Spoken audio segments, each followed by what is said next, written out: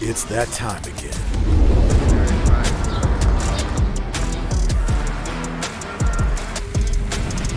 Welcome to the stage. Oh yeah.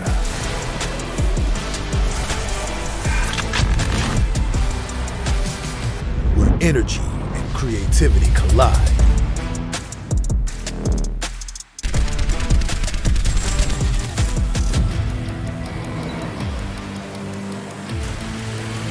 Here we go. Let's level up. Make this something to remember.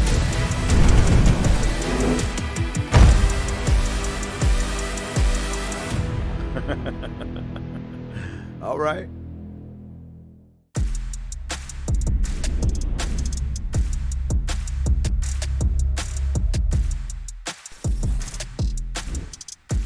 Good evening, everybody, and welcome back to NACE Star League. We have been here for many weeks at this point. We have seen many teams, but it is insane to consider we are now down to only 16 teams remaining here at NACE. I am Sepulence, joined by Powder, and Powder, let's just kick things off strong, man. These teams are this close to the top, but they are not there yet. Yeah, this is set to be an exciting 3 nights in a row we've got for the playoffs. Like we said, it's been a long time coming, but we are finally into that top 16 teams. This is what everybody has been fighting for over these next 3 nights. We're going to figure out who are those 2 teams going to the in-person grand final event, and Sepulence, I simply cannot wait to get into it. Powder, I'm just over the top. Hearing you say that, I got goosebumps. I mean, it has been such an intense season that we have seen so far. We kick it off as you do in the regular season. We burn through that. Conference play-ins, they are down and out, and all of a sudden, we are staring at conference championships. Blink them, you miss them, and then here we are now. The last chance qualifier is, of course, always on the table. The playoffs kicking things off strong. 16 teams remaining, and of course, Powder, those grand final spots are what everybody is fighting for. December 3rd and 4th are creeping up quickly. These teams, they want to find themselves there.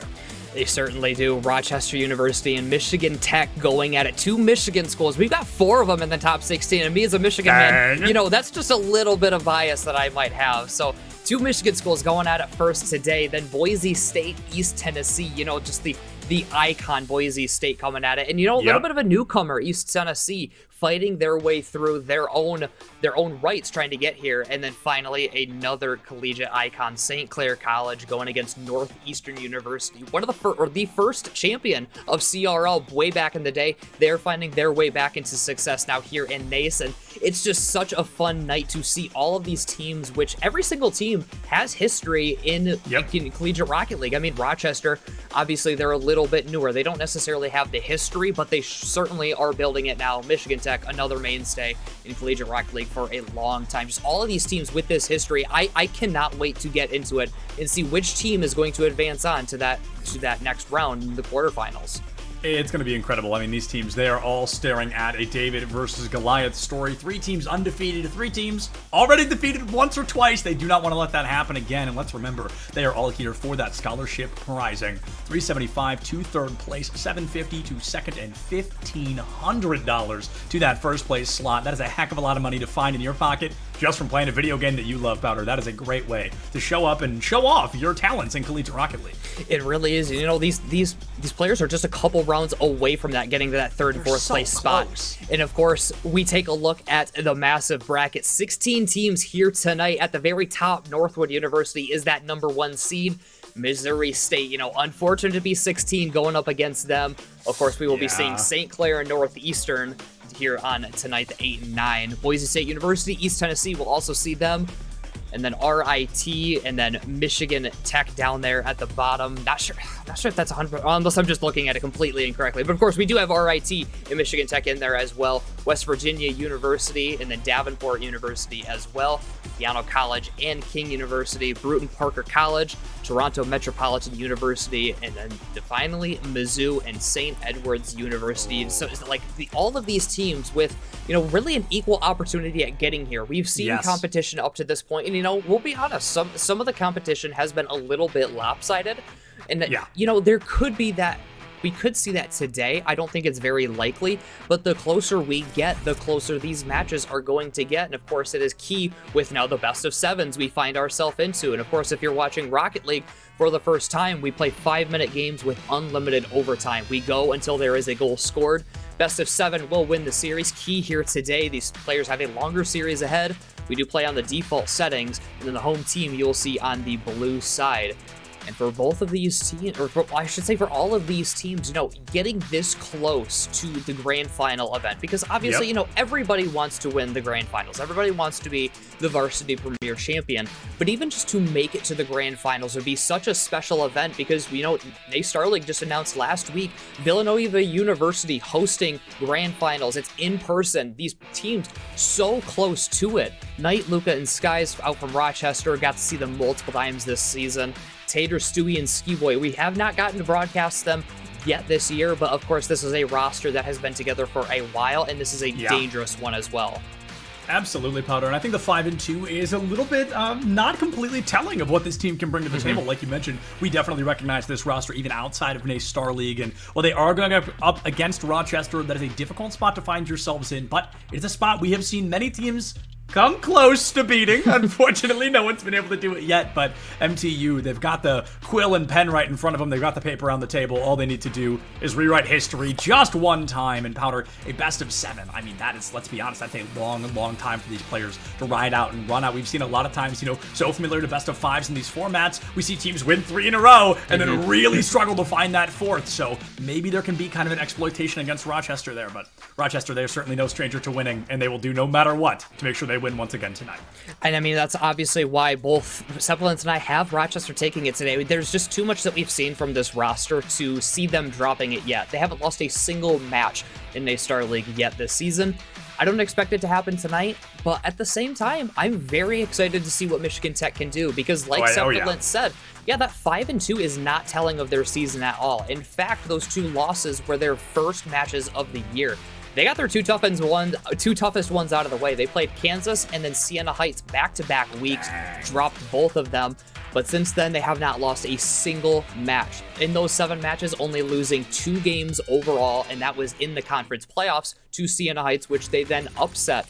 The 3rd seed took down the 2 seed in Kansas in the conference play-ins, then took down the conference number 1 in the championships. So this is why I'm very excited to see what Michigan Tech can do to Rochester. They clearly turned things around against Siena Heights from the beginning of the season to the end, and I really think that they might be able to show some life here today. But of course, I don't know if it's fully going to happen. Again, Rochester just too good of a roster. As we hop into our very first game of the playoffs, we'll have to see what Michigan Tech has in store because they will need to stifle that offense. Stifling the offense is the name of the game, Powder, and I think that goes not only for the game itself, but for the entire series. If you can get on top of Rochester for even a moment, up by 1 point, up by 1 game, that'll be the first time in a long time that has happened to this team. Might be able to get to their mental, shake them up a little bit, but with a team as good as Rochester, I'm sure their mental is as strong as metal itself, so it is going to be a tough and fascinating game as MTU is going to have to try some possibly less traditional strategies to try and score on this team. They certainly can, and you know, we saw Rochester struggle just a little bit in their own conference championship match. It was, and I say that with it being a 4-0 sweep, it just wasn't as dominating as I think either of us expected. Maybe they were playing a little bit down to their opponents. We're not really sure. Either way, ODU did take a good match against them. Now, as they get going on offense again, Knight with an easy chip shot in. Rochester's on the board first. Rochester puts themselves on the board and early, like you mentioned, Powder. About a minute off the clock, so 20% of game number 1 has come and gone. Just as you miss it, Rochester scoring low and slow. Like you mentioned, last time we saw them, they only beat their opponents. It was a 4-0, but 2 of the 4 games were only by a single-point victory. So Rochester got pretty danger close to losing a game there. And they're definitely going to try to make sure that does not happen here because these games, the damage is not more permanent now than ever. If you lose this, you're donezo, and that's going to be it. So we want to see Rochester win. We want to see Rochester continue living up to that expectation. And right now, MTU finding an equalizer early. Taking out the defender to get it done as well. Tater, this is the mainstay of the roster. He's been here the longest. Air dribble all the way down and in, taking out one on his way. Great goal from MTU to get things tied up early on, and both teams have a successful offense so far. You know, it was a slight mistake defensively from MTU to allow that first goal, But since then, things cleaned up a little bit. They got their own offensive pressure and immediately took advantage. Taking advantage is, of course, the name of the game. Rocket League at its fundamental core is making sure that you have it in a more advantageous position than your opponent. And right now, MTU makes sure that RU has no advantage. Rochester can't feel comfortable yet. Almost, a fourth of the game is down and out, and it's tied up 1-1. Rochester backs not exactly against the wall, as we are only in Game 1, but putting that Game 1 win down early can often dictate how the rest of the series falls. And I really think against Rochester, it could do a lot towards MTU for the rest of the series if they can get the Game 1 victory and kind of throw Rochester into a position they're not normally in. It's not as if Rochester's coming in with no game losses. However, going down 1-0 early on, even in a best-of-7, might throw them off their game as there's a backboard pass, but the defender barely getting up to it. Luca has open space. It's wide. Follows it up. It's wide again. Knight on the rebound. Low shot put away right in the middle, and Stewie to clean it up off to the side. Close calls there, and Rochester really throwing one away. Yeah, I mean, throwing two away there, Powder. They had a back-to-back opportunity, both of them falling short, and Rochester still going to rock and roll at that 1-1 scoreline. We're just getting ready to jump into the second half of game number 1, and I truly expected Rochester to have a 3, 5, 10-point lead, but right now, we're tied up 1-1, and they've still got half the game to try and win this one out. Yeah, especially with the way the shots are lining up. Rochester, they want that lead, and they want to build it up, but the shot's just not falling early. Now another push towards the offensive half. It skies out in the midfield. Open space for Knight to work with. Chip shot right side. Can't catch up. Knight puts him up 2-1. Knight puts him up 2-1, and not exactly at the most comfortable moment, right? There's plenty of time for MTU to just find their own equalizer again, put 2-2 on the board, and kind of scare Rochester into that pedal-to-the-metal run, that hard, focused push that they need right now. I'm starting to wonder, Powder, is that almost an intention of MTU to force Rochester to kind of play full throttle from the very beginning and maybe try to burn them out early? That could be a very effective strategy if they do it correctly. Yeah, but they have to do it perfectly correctly because Rochester, they're going to take advantage of the space given from MTU if it is allowed to happen. And now Knight flicking it down and in. He's got a hat trick. All three credited to him. He builds out that lead to 2. A 2-point lead with 2 minutes left on the clock. Could it be enough for Rochester to run away with a Game 1 lead, or will there be more stories to tell down the line? Can MTU close us back into that 1-goal differential and keep things a little more comfortable? I guess, down by a point is not comfortable, but it's more comfortable than being down by 2. Rochester, about 100 seconds left on the clock. They just want to play a pretty consistent keep away right now. Making sure MTU doesn't score is, of course, the importance of the game, but putting even more points on the board puts them in just as beneficial a position. Building up the offense once again. It's Skies behind one defender with time to catch up to it too. Stewie can at least take a challenge. However, it's still back into the hands of Rochester. Shot put away by Ski Boy, just giving away possession. MTU struggling to maintain a breakout. Is now Knight pushing it in one more time. Tater off the back wall, trying to take control as Stewie, but he just pushes it forward and into the hands of the Warriors once again. Luca gets shut down by the defense, however, is not able to walk away with possession just yet. With a minute left, Rochester building up that lead even more. Knight's got his 4th and a 3-goal lead now late. And a 3-goal lead late indeed. MTU, unfortunately, has a pretty disastrous touch there. And Stewie just kind of lets it get locked in. Wasn't fast enough to get in the way of the ball. Could not interrupt momentum. And then all of a sudden, put Rochester in an even larger lead with less than 60 seconds on the clock here, Powder. Only 20 seconds per goal, and that's just for MTU to try and tie things up. Unfortunately, I'm just not sure they're going to be able to do it here in game number 1. No, it's not looking like it unless they can get a miraculous turnaround, but even then, it's a little bit too late now for MTU. Tater, the aggression is working out well for offense. However, right now they need goals as Stewie goes underneath one. Tater across the field to only a Warriors player again. It's Luca up the side wall with plenty of boost. Gets bumped off. The follow from Skies faking it down. Sweet for the stop. Another shot put away, but either way, each second waning away is just more time for Rochester to hold on to this lead and take this Game 1 victory. It's hard fought, however.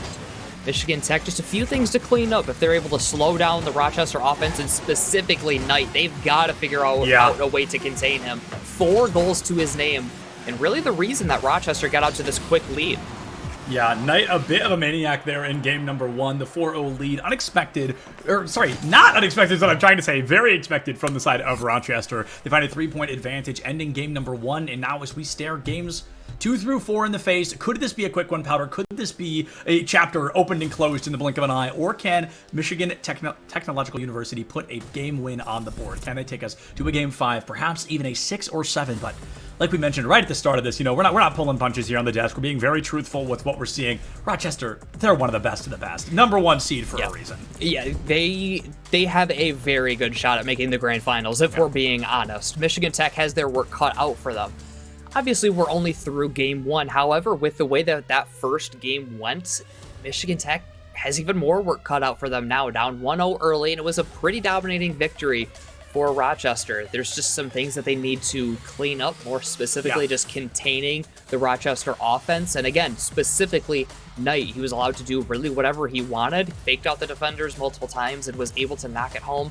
They've got to figure out a way to stop him, because I think if they can get a stop on Knight specifically, they might have more opportunities to get out on an offensive push rather than just banging the ball out for a desperation clear. Either way, there's a lot to work on for Michigan Tech, but this is kind of what we expected. And you know what? Michigan Tech, they fully expected this too. They didn't walk in here thinking this was going to be easy. They knew the type of team that they were going to be going up against. And so now we'll have to see if they can turn things around as we hop into game number 2. And Powder, all season long, I've been preaching that the importance of game 1 isn't winning. It's about what you've learned and what you can take away. So hopefully, MTU has been able to learn something. The first minute of the game felt very comfortable, but then they really started to slip a little bit. Hopefully, things change in game number 2. Yeah, and of course, this game 2 brought to you by Extra Life as well. Been a sponsor all season long. Change kids' health to change the future. Be sure to join their super team page today. And early on, a good shot, but put away by the defender. Michigan Tech barely catching up to that one. They do get the clear out. Now able to possibly set up an offense as Luka taking this into dangerous territory. Still walks away clean with it and back onto offense for the Warriors. Back onto offense. The Warriors, that's exactly where they want to be. 30 seconds off the clock now, so Rochester, they're not out of unfamiliar territory. They like to score early. They weren't able to in game number 1. It took a full minute. They're going to try to do so here in game number 2, but can Michigan hold on to that confidence a little bit more, almost putting a goal in their own pocket? Unfortunately, it's going to be blocked out. We're still at that 0-0. If they can go 5 more seconds without a goal, we'll already have a different story to tell here in game number 2. The moment Rochester scored is the moment MTU never restabilized their footing. So the longer they can prevent this goal, the longer they can keep us at a 0-0, the more likely I'm willing to say they are to win. Certainly, and I mean, at this point in game 1, both teams already had one on the board. So good job from MTU for kind of stifling that offense like they needed to get done. Ooh, and a good bump as well, opening up space for Tater. No boost left, and then a tank gets the demolition. Open net in front of him, and it's actually Stewie on the dribble in. 1 goal in for MTU. A colossal moment for MTU. Like you said, the 1 goal we saw was an equalizer against Rochester, but if they can continue this kind of out-the-gate defensive dominance, they can make it very uncomfortable for Rochester to try and do much of anything. As we can already see, they're struggling a little bit. Hopefully MTU can keep this up. The strong defense isn't always going to win you the game. You need a strong offense like we just saw. Can MTU continue to run that through the rest of this series? It's only game number 2. Yeah, I just really like the aggression that the Huskies are pulling out right now. Tater's gotten multiple demolitions so far in this series, and pretty much every time it's worked out for, at the very least, offense for MTU, which is what they need desperately. Can he follow this one up? No, he cannot. And it's Luka on a powerful clear. Cutting it off is the defense. Space to work with again. It's Stewie to the side. Cannot get it around the defender, however. It's at midfield with space given to Knight. Gives it away to a teammate in the mid, going for the double tap. Instead, cut off by the defense at the back wall. Challenge lost by Rochester. Now it's a clear out for MTU as they try to build up this offense. And speaking of offense, I mean, Rochester's has been struggling in this game too. Yeah, no doubt about that, Powder. Rochester's offense has been very kind of wishy-washy a little bit. They had a really kind of, like, overzealousness to their play back in game number 1, but it was working well. MTU wasn't responding accordingly. They weren't bringing out the momentum and the demolitions and the defense that they needed. Now, however, MTU has really woken up. That game loss lit a fire underneath them, and they've really wanted to come to life to make sure Rochester knows what a game loss tastes like here in this top 16. It's going to be a rough moment as MTU has to kind of fight back out of their own back third. Rochester continuing kind of that help down toward goal strategy, but it's not working in the same essence that it does against other teams. We've seen it come to great fruition for Rochester many times this season. MTU, though, they've watched the VODs, they've played the game, they've learned the matchup, and unfortunately, Knight's still going to sneak in that goal, tied up all over again, 1-1. The defender here wasn't even necessarily in a bad position. However, you can see he does turn towards the ball being shot, but he falls off the back, or I should say the goal post instead. And because of that, loses all momentum, doesn't get up to the shot. Another kind of simple mistake from MTU, giving up another goal. I mean, there is still time to get this one back in their hands, but there's just been several mistakes like this that have happened that are really costing them. And it does tie up the game here. Ooh, overrunning that one, expecting Knight to come away with a touch. Instead, it's Rochester gaining control. Maybe back into the hand of MTU. Not quite yet, as it's a round given away to a free shot. Plays it slow, and now back into the hands of MTU again. 100 seconds. Well, now already down to 90 on the clock. MTU has the ball within their grasp, but they've got to put it in net, Powder. We talked about the importance of the defense. It's great that you can keep it a low-scoring game, but if you can't put points on the board, it does not matter how low that score is. You are most likely going to win. Stewie steals it back and be rushing far up the left side, looking for his own opportunity to strike. The follow-up falls too little, too short. The demolition there. Nobody from MTU in sight. Rochester, ball control, 70 seconds. And that was actually a huge boost miss from Rochester. They still walk away with possession, but just barely because of it. And actually, it is still in the half for MTU. Shot just off, a rebound coming in, just barely cut away. Less than a minute left, and both of these teams are playing at peak speed right now. You can feel the desperation both of these teams are feeling, especially for Michigan Tech, down one game already, trying to fight their way back into the lead. However, it is into the hands of Rochester. Back forward, everybody committing for Rochester. Low boost for Skies, he beats him out. The follow-up will be there. Trying to get the bump, can't get it done in time. Now a push up front, can't get it done. 30 seconds left, and Rochester looking for one more to take that lead. Rochester needs that time to strike with only 30 seconds remaining. It's exactly what they want, Powder, just like you said. It's been kind of a weird game. Knight, though, wants to make sure there's no overtime, wants to win this one out in regulation, and now the odds of doing so just skyrocketed. Only 17 seconds left for MTU. They found 2 goals over 10 minutes, or let's be, over 9 minutes and 43 seconds. But with only 17 seconds left on the clock, can MTU equalize? Can they force an overtime? Or can Rochester put themselves already halfway to the finish line? With the way that the end of this game is gone, I'm not sure. MTU, though, pushing early off the kickoff, which is what they need. As much time in the offensive half as possible. Beaten out, though, by Knight. It is an open net, cut off by Stewie. Can he push this forward? He has a teammate upfield, gives it away. One pushing up. It's still high, left up by Rochester. They now look this towards the ground, and the net dropping it. Rochester took a long time to get those goals in for him, but they get it done. 2 is all they need. Now they're up by 2 in the series. They put 2 in the bag, Powder, at a very crucial moment. They're halfway done with series number 1, and they're definitely trying to make this a shutout. I've got to say, though, Rochester, I don't know if this is... I don't want to say, like, complacence, but I don't know if this is just a confidence they're going to win. In the 1 seed versus the 16 seed, it's probably pretty easy to feel that way, right? I mean, you've gone undefeated the entire time. You are against the last team to make it up into the 16-team roster, so maybe they're just feeling a little confident, a little comfortable that they can walk away with this series, and so far the proof has been in the pudding, through and through. They're up 2-0, but MTU, they're so unbelievably close to sniping out these games now 2 times in a row. Game 1, they kept it close, and then they did get a little stomped toward the end. Game 2, though, comes down to the last 20 seconds, so you got to think one better defensive play, one stronger moment, one different demolition. MTU could have at least forced an overtime. They've just got to find what that missing puzzle piece might be. And that really is the key right now for Michigan Tech, is that they've given up a couple goals now, 2 or 3, that have just been kind of simple mistakes, simple mechanical mistakes. And those are the ones you can't hold your head on too long. You have to just move on from them. But it does start to add up, especially when the game gets tied up because of that mistake falling off the goalpost. It's something that Michigan Tech, they can't focus on it, obviously. They have to focus on what else it's going to take to beat this Rochester team, but it's something you need to watch out for, because at this point it really is costing them. Without that mistake, they honestly may have won that game. They had Rochester held out of their offensive half a lot of the time, and when they were in, they were getting the stops necessary. Now in game 3, you're down by 2. Maybe a good start on offense will get you going even further. Either way, Michigan Tech, a lot to clean up defensively. Tater making a good stop there, because it's Michigan Tech back towards the other side onto offense.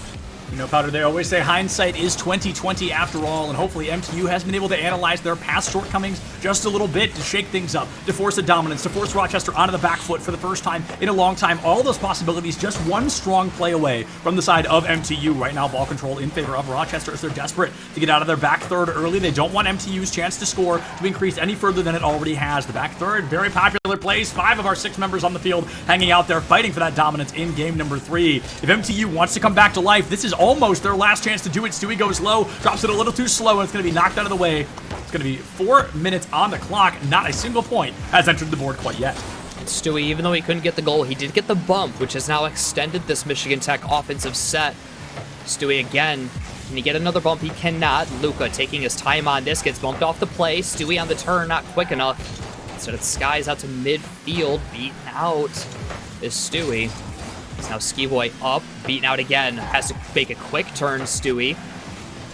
Bangs it out to midfield, catching up to it as Ski Boy playing it away from Rochester. It's a good pass in the midfield. Can he get the top shelf shot? He does, off the crossbar and in. And Michigan Tech out to another 1-goal lead. Michigan Tech, they find that 1-goal lead. Unfortunately, we're not able to keep it lined up last time, but perhaps this is their time to shake things up, Powder. A very strong entrance there as 90 seconds just barely about to be off the clock, and MTU up by 1 point. The same story to be told. They need to do something different here. They need to change things up, and perhaps it comes in the form of a little more team communication, a little smoother, a little cleaner on those entry plays, and a little more dominant on the exits.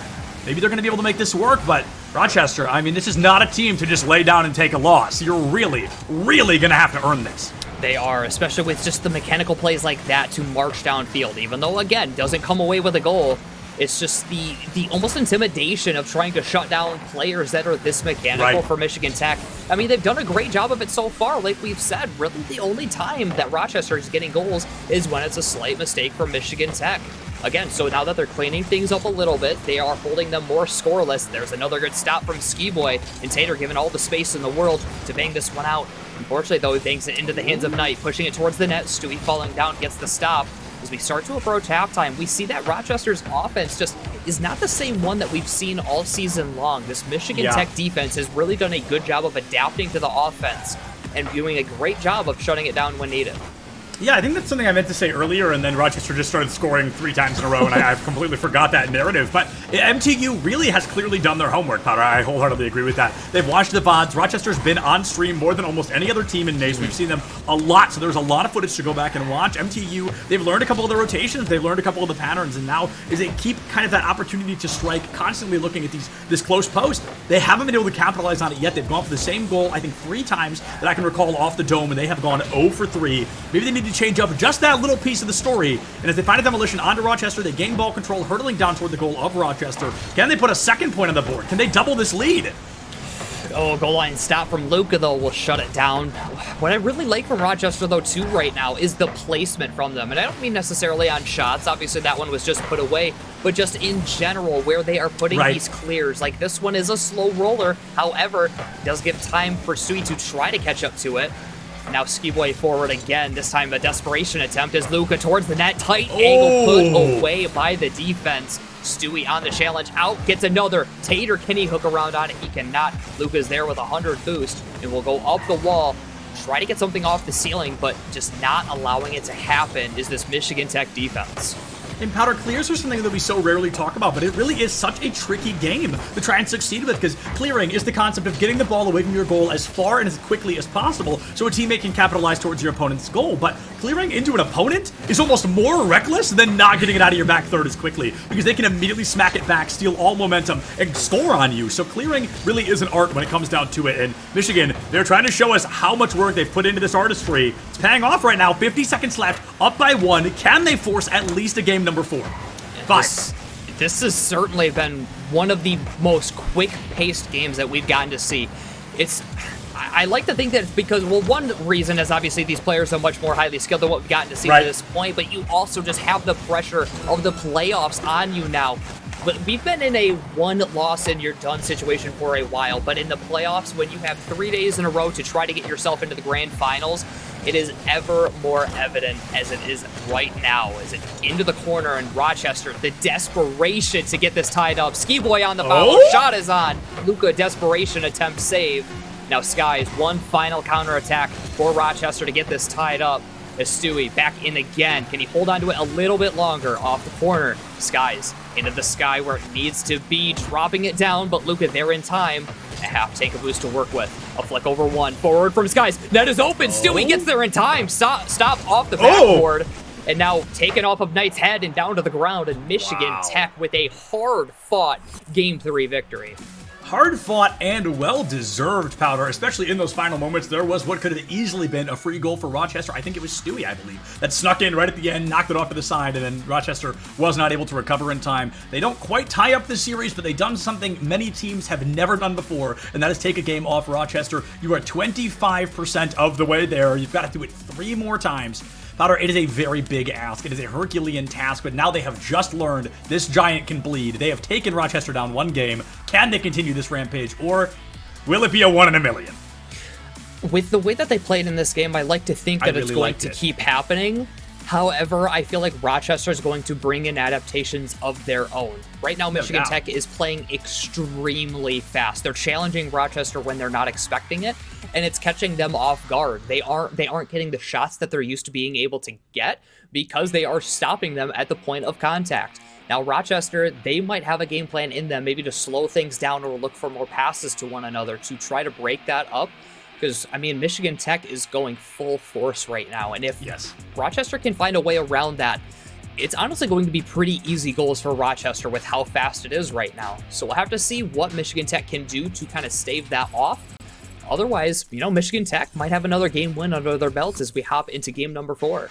Yeah, and Powder, I really can't think of any other way to explain this, and I've said it a million times. Rochester, one of the best teams in the entire country. So the expectation of adaptation coming out from them is very, very high. We wholeheartedly expect them to come out with a brand new game plan, bringing a completely new strategy to the table. And as I say it, you know, maybe MTU has really got the download on this. They've clearly done the work. They've clearly improved their defense to stall out Rochester. They did it once. If they can do it again, if they can tie up the series, I'm fully ready to become an MTU believer. Oh, me as well. And with offense early on, you know, it's good signs for them too. Stewie, another powerful challenge. Ski Boy can't get there in time. Tater is the last one back, gives it forward to Ski Boy.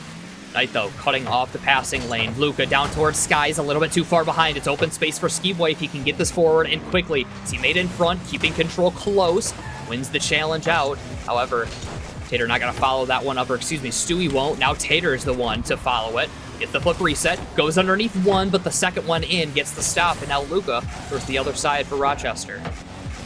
Clears it down quickly. We're going to go another full minute with no points on the board, something we are becoming mighty accustomed to here in this series. It feels like Rochester, a team notorious for scoring in the first 5 to 10 seconds, hasn't been able to score even in the first minute. What is now 4 games in a row? MTU constantly keeping this team on lock, making sure they know exactly what is coming to them and exactly who they are playing against. You can keep this strong defense as long as you want, but until you find that point advantage, until you put yourself in that winning position, the defense, not nearly as important to clear down quick and to go up and over Rochester's goal. Ball's too little, too short, and we're remaining at that 0-0 scoreline. Michigan Tech, again, just building up that offense more and more. They've found more time in the offensive half, and it's worked out successfully. This one barred down and in. No one home from Michigan Tech, and another slight mistake gives up another lead over to Rochester. Nobody's home, and it's just a free goal for Rochester there. Okay, now somebody was home. He's just a little late. You know, didn't hear the doorbell ring in time. They left the package. You needed to sign for it. Got to come back tomorrow. Try again. 90 seconds off the clock. Rochester up 1-0. Might be 2-0 pretty early on here, but no. Stewie breaks away from kickoff there. Stolen Knight into Skies, into a hurdle towards center field. Tater tries to find it, goes a little high, and finds the opportunity to strike. 45 seconds off that 4th minute, so we're already almost 40% done with this matchup, and Rochester, as we just learned, only need that 1 point to win. MTU beat them by a single point. Maybe Rochester looking to return the message. Ski Boy caught in a very awkward position. Luka now with an opportunity, flicks it back towards Skies, who got bumped off the play. 2-on-2 up the field, a flick over one. Knight barely getting to that one, has to give it away to Tater. Powerfully down in the middle, Luka awkward, but Tater can't get around on it to get the pass midfield. So instead, it's Skies back out again towards the air where Ski Boy cuts it off. Knight dumping it into the corner, following it up. Skies is there for the shot. Ski Boy will attempt the clear, getting hunted down is an MTU player. However, Tater still has possession, put forward right into the hands of Ski Boy. Can he get the follow? Goes for the bump, but nobody from MTU is there to get the shot on. However, Tater is there to keep the offense going. The offense is both moving and grooving, Powder. Can Tater's team, MTU, follow up off that capitalization? The ball goes high, a bit of a sloppy knock off the ceiling. Nobody's there to catch it early. And it's going to be Skiboy who finds it, steals momentum back, a pinch off the right side corner. Sky's there to catch it, open goal, but Skiboy just does not have the boost in pocket. Unfortunately, can't redirect momentum. Luca going for a full-blown coast-to-coast play off the crossbar. Nobody there to catch it, and it's Tater, just barely, who knocks it away from goal. RU almost doubles their lead, but it's still going to be that 1-0, 2 minutes left. Defense standing tall, however, they need offense now. Tater, another flip reset, can't use it to his advantage. Those haven't seemed to be working for MTU just yet. Maybe they can get it done now. It works out for a challenge up. Luca taking his time instead of Skiboy. Forward again, Sky's falling down, just dishes it out mid to night. A banger of a clear out. Trying to get to it is Stewie. Can Tater redirect this? He keeps it away from the defense. Now can Skiboy get there in time? He can. Is anybody to follow? It's Tater. Smart choice to turn off of it from the ceiling. Can't get the flick down. Now over towards Skiboy one more time. Can he get the reset? Doesn't need it. Takes the challenge, but Tater off the field now. And Rochester trying to march back onto offense again, wanting that 2-goal lead, because right now these teams with these 1-goal leads, they're holding it, but it is so intense that you know Rochester wants to get that second left side shot. Perfect placement from Tater. Late game tie-up. A late game tie-up, Powder. We're down to double digits on the clock. We've got 57 seconds remaining. Powder, a phenomenal knock off the right corner there. Finds it into the left side of goal at that far post, and it is a 1-1 scoreline all over again. Whichever one of these teams wins this, it will completely change the dominance and the flow of power here in this series. Rochester could put themselves one game 5 minutes away from beating MTU in a 4-1 fashion, or MTU can tie things up right now and possibly take a game lead over Rochester, but that is a very large task to ask, and with 41 seconds left on the clock, Powder, this is it. This is where the momentum shifts. I really think that this is it for MTU. Can they get this goal? No, they cannot. If they go down 3-1 in the series, I don't think that they're going to be able to make the comeback against Rochester in this series, right. But if they can tie this up, all of a sudden we have a whole new ball game. As we march towards the last few seconds, Rochester going for the lead again as Skiboy out over Luca. Stewie there to catch up. Now Tater on the follow, putting it straight towards the net. Boy, double commit from Rochester. Both of them caught up field now. Tater around one. Still it's a clear out. Won't be able to follow. Skiboy taking his time. Gets the challenge to slow things down. Now Tater, a banger of a clear out. If it's on, it's in. It's just high. The follow-up cannot be made, and we see a Game 4 overtime. Oh my goodness, that is as close as you can be without actually scoring. The follow-up off the crossbar and everything staring you in the face. Unfortunately, close just not going to cut it. Close only going to count in horseshoes and hand grenades. Now, it is a very quick overtime as Rochester immediately, Luca finds it, slots it in, and that is a 2-1 lead there to end game number 4. RU going up 3-1. This play is devastating for MTU because, you know, Stewie, it's not exactly bad to kill the ball in that position, right. Obviously, unless his teammates are communicating to him that everybody is crashing around him. He gets the stop, and if he's not taken off the field either, he still is there to block a shot. Unfortunately, the demolition comes out, and after that, it's a completely free net. Rochester's not going to miss that. They take advantage, and they get that huge series lead. 3-1 now. MTU needs to win 3 games in a row if they want to see the quarterfinals. And, you know, this comes back to what I said near the end of regulation. Does MTU have it in them to bring back 3 games now? I'll be honest, I don't think so, but with the way that they are fighting, I'd love to think that they have a shot at bringing it back. I feel statistically there's a very low chance of MTU winning this. And of course, this is going to sound stupid, but let me explain the whole thing. If MTU can win this next game, if they can make it 3-2, I'd be much more willing to give them the possibility of a full-blown reverse sweep. But obviously, if they lose this one, we're done with series number 1. We've only got 3 series here today, so it's going to be fascinating. Rochester, they can decide right here, right now, how far does MTU get to take it? How far can they run it? They gave them an inch, weren't quite able to take that mile, but they did take a 1-game win. So MTU's time to shine. They've got to go plus ultra right now, Powder. They've got to send it with 150% to the wall. They need to make sure everything comes out clean, calculated, and coordinated, or RU is sending them home. They showed the ice there late in that game, getting everything tied up. However, just could not get it done in regulation. Now it is up to them. 3 games in a row is what they need. And of course, Nate Starley does run on Duncan as both of these teams fighting towards this victory here. Rochester, you got to think they have the huge amount of momentum after that overtime victory, especially. However, MTU, they can get around. Stewie has no boost. Can he take the challenge? He does, and he gets the boost. Either way, though, still into the hands of Luca. Back the other way for Rochester. Knight just a bit high. Sky's on the follow. Bounce and in, and Rochester with an early lead. Rochester finds an early lead indeed, Bowder. That's going to be 24 seconds, the fastest goal we have seen so far in this series. So Rochester, they saw how close it could get. They saw how scared they were in that very quick moment where MTU took them all the way to an overtime, and they decided, let's never let that happen again. Let's win out in full fruition right here, right now. In the first 24 seconds, they've retaken a lead. Up to MTU once again to make the comeback, but they need to. Another mistake defensively. Can feel them maybe starting to panic now with all the pressure on them to win these 3 games. They give one away here as Skiboy just expecting a shot right at him. Unfortunately, though, Luca, just the placement is too good. 2-0 now for Rochester. 2-0 for Rochester. My goodness, I talked about a fire being lit beneath them, and it looks like they've decided it's time to tend to those embers a little bit, really start bringing the heat against MTU. Luca dancing with Skyboy in the sky, and it is going to be taken down entirely. Skiboy. There's Skiboy, there's Skies, there's so much going on. SKI, too many of them. Anyway, a minute off the clock. Rochester finds themselves in the most comfortable position they have been in ages here, Powder, and I believe there is a true dominance coming out of this team that I don't know where it was the rest of the series, but it's here now, and that's what matters. There is still time, though, for MTU to get this comeback. You know, just under 4 minutes is plenty of time. However, they weren't really able to get the comeback in Game 1 when it stretched out to more than 1. Can he muscle his way through? Ooh. He can. Stewie's been in the weight room when he gets 1 back for MTU. Oh my goodness, look at that. I mean, like you said, he really just barrels his way through there. Past 1, now 2, now 3 defenders. Skiboy's there Puts too. it into the bottom right corner. It is a full-blown dog pile into goal, but MTU put the point on the board, and that's all they really cared about there.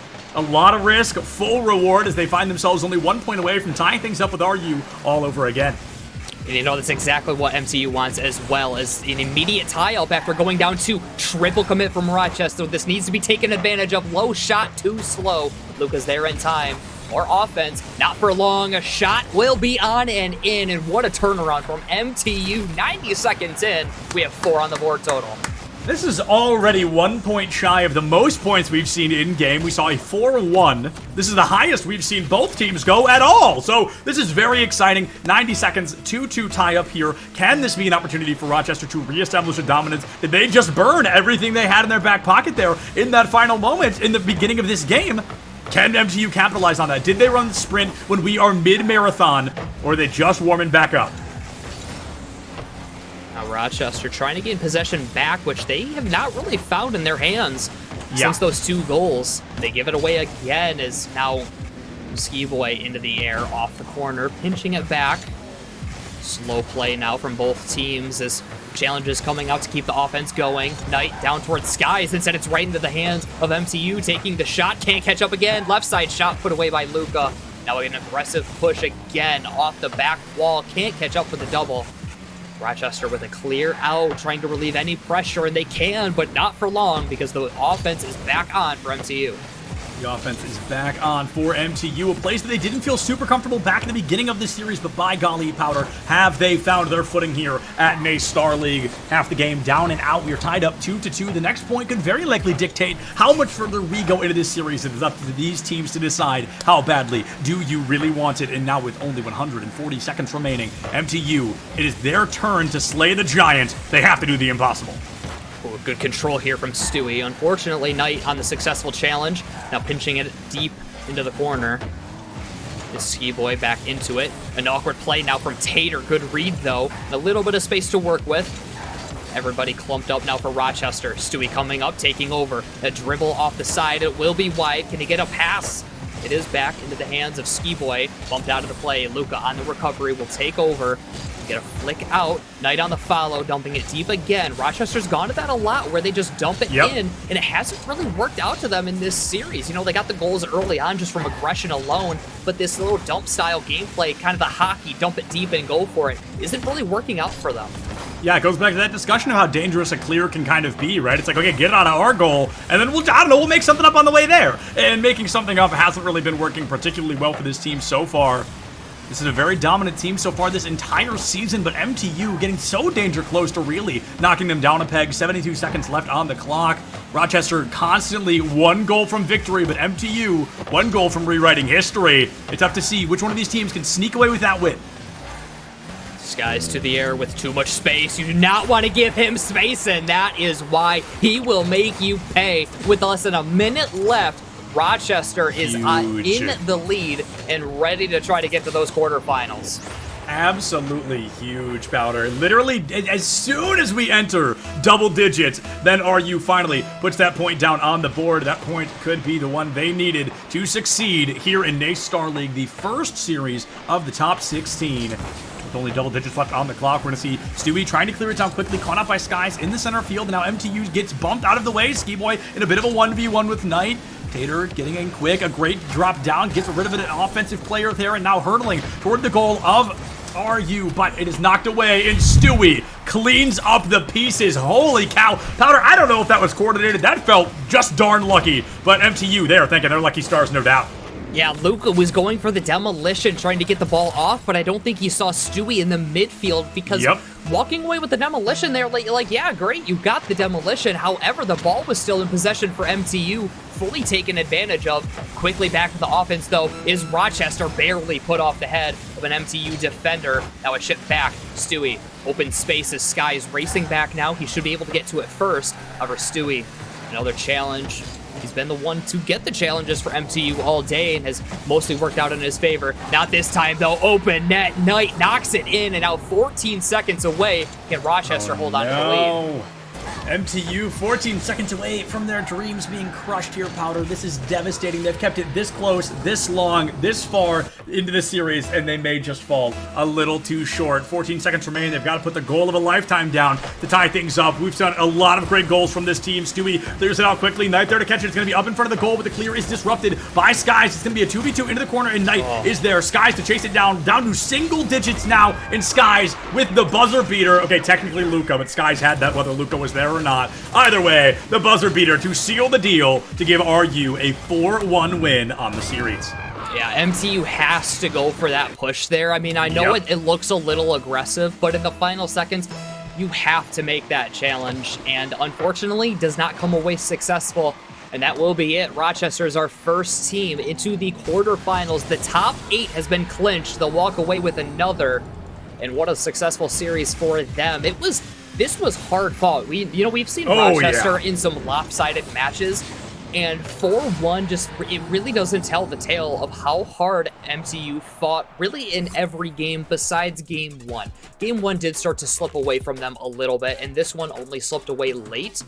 Still, MTU put up a huge fight, and it's unfortunate to see that they weren't able to claw away at another win, but again, it just goes to show that Rochester, you cannot mess around with this team. If you make one mistake, they will punish you.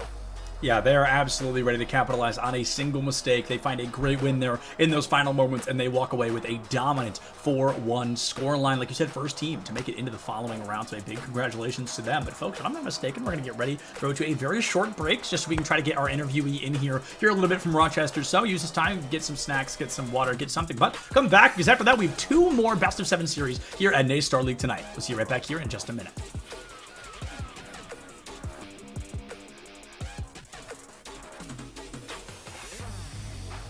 Perhaps we won't.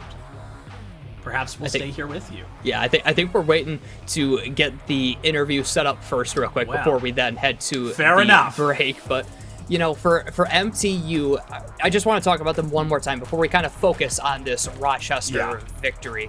For MTU, they had that turnaround there in the middle of the series where Game 1 was a little bit of a hard loss for them. Rochester really took advantage, especially later on in the game. However, Michigan Tech, from games 2 through 5, it really felt like they were this close to walking away with a victory at any point. Again, it was just, little defensive mistakes that were made from MTU that they'd give up some goals. Some amazing plays from Rochester on offense, too. So many times they could just pick them apart whenever they wanted. And MTU just struggled to really sustain a defense throughout the entire series that was enough to shut down Rochester. But again, that's just talking about MTU's little bits of failures here and there out. still a very great series from MTU, and what a season from them as well. To go 0-2 at the beginning of the season, not lose a single match until today is a huge show of the fight that this team has, and they were obviously well deserving of this top 16 spot, having to fight through both conference play-ins, then the conference championship to be here. It was a fantastic season, so again, all credit to them as well for this run. Without a doubt, Powder. It was a great performance, and we're in that kind of that scenario where it's like, you may be the first team out in the top 16, but you're only one of 16 teams to make it this far. That is definitely something to be very proud of. That is definitely an achievement that every other team in NACE unfortunately couldn't achieve. You've definitely you've solidified yourself amongst the greats of NACE Star League, and now we are going to get to talk to one of the greats in NACE Star League, somebody from Rochester coming in, joining us for the interview. Oh, by the coach. How's it going, great. guys? Always one of my favorites to interview. We're doing great. Maybe not as good as you. You guys probably feel pretty good right now, securing the first spot of the teams to move on tonight. Oh yeah, we feel really good about the win. The boys have been performing really well, and we feel great. Yeah, so I definitely want to talk a little bit about the performance tonight. Game 1 coming out super strong, super dominant, and then games 2 through 4 were very, very, very close. I mean, some overtime wins, there's a loss in there. So was that just them kind of like conserving energy? Was that them just not reacting to what was being brought out to the table? Or was there some shakeup there we weren't able to see just as spectators? I think the boys are very confident in their performance overall, and I really don't think that there were any issues. It was more of just, getting a feel for the game. Each game taking one game at a time. And, at the end of the day, you get the dub.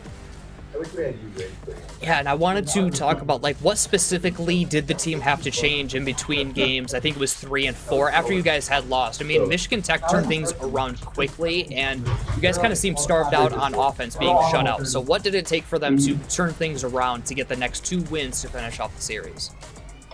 A lot of it's just taking a mental reset, taking a step back from the game, and taking a breath. Really, we have a focus on the mental readiness, the mental coaching that is involved in gaming, and I think that really helps boost our boys forward, finish out matches like that. Yeah, and it certainly helped them here tonight. And, looking into the future for tomorrow night, you guys play the winner of Boise State and East Tennessee. Actually, our next matchup, both Septimus and I have a prediction of who that will be. And, of course, we'll get into that later in the show. But either way, how are you guys going to prepare over the next day or so to go against your opponent to try to get into that top 4? Honestly, really, it's just going to be the boys spending time with each other, relaxing, and, playing Rocket League, playing other games together. Just enjoying time together, really. Most definitely. So, Coach, just one more quick question for you, and then we'll let you go celebrate with the team and get ready for tomorrow. Anybody you'd like to give a thank you or a shout out to while you're here with us?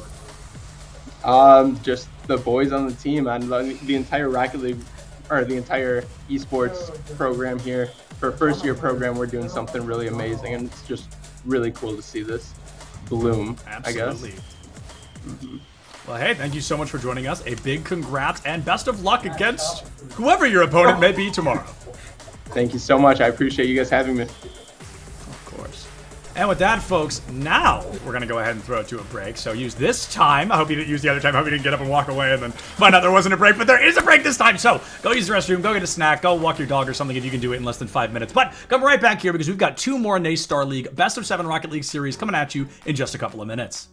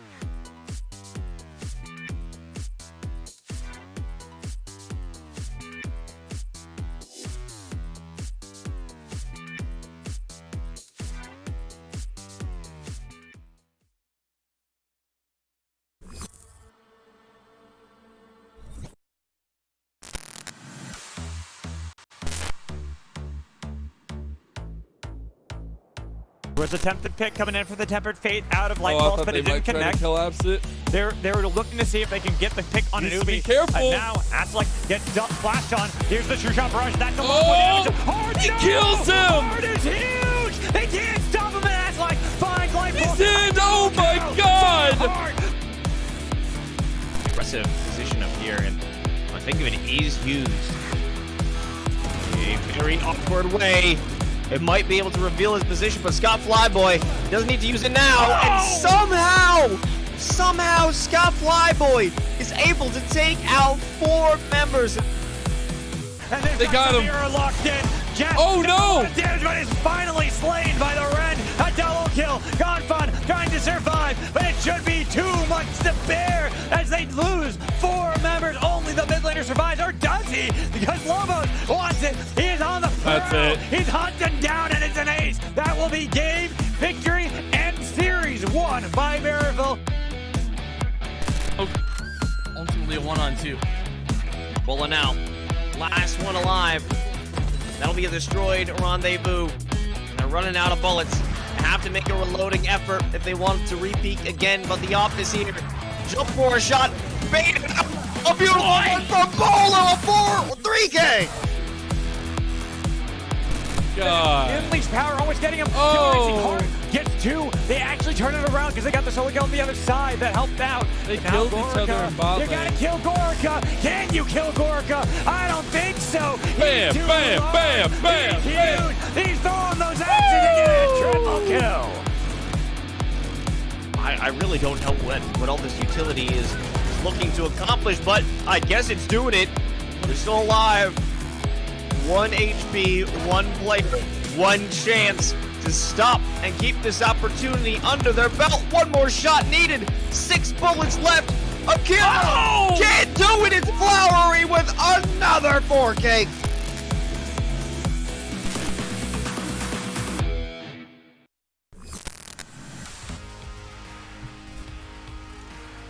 Now, a little bit of bad news, good news, folks. Okay, we've got kind of a weird thing going on, right? So it's not the traditional schedule that you've seen every week. Instead, we've got a pretty massive shakeup. So we've got Rocket League today.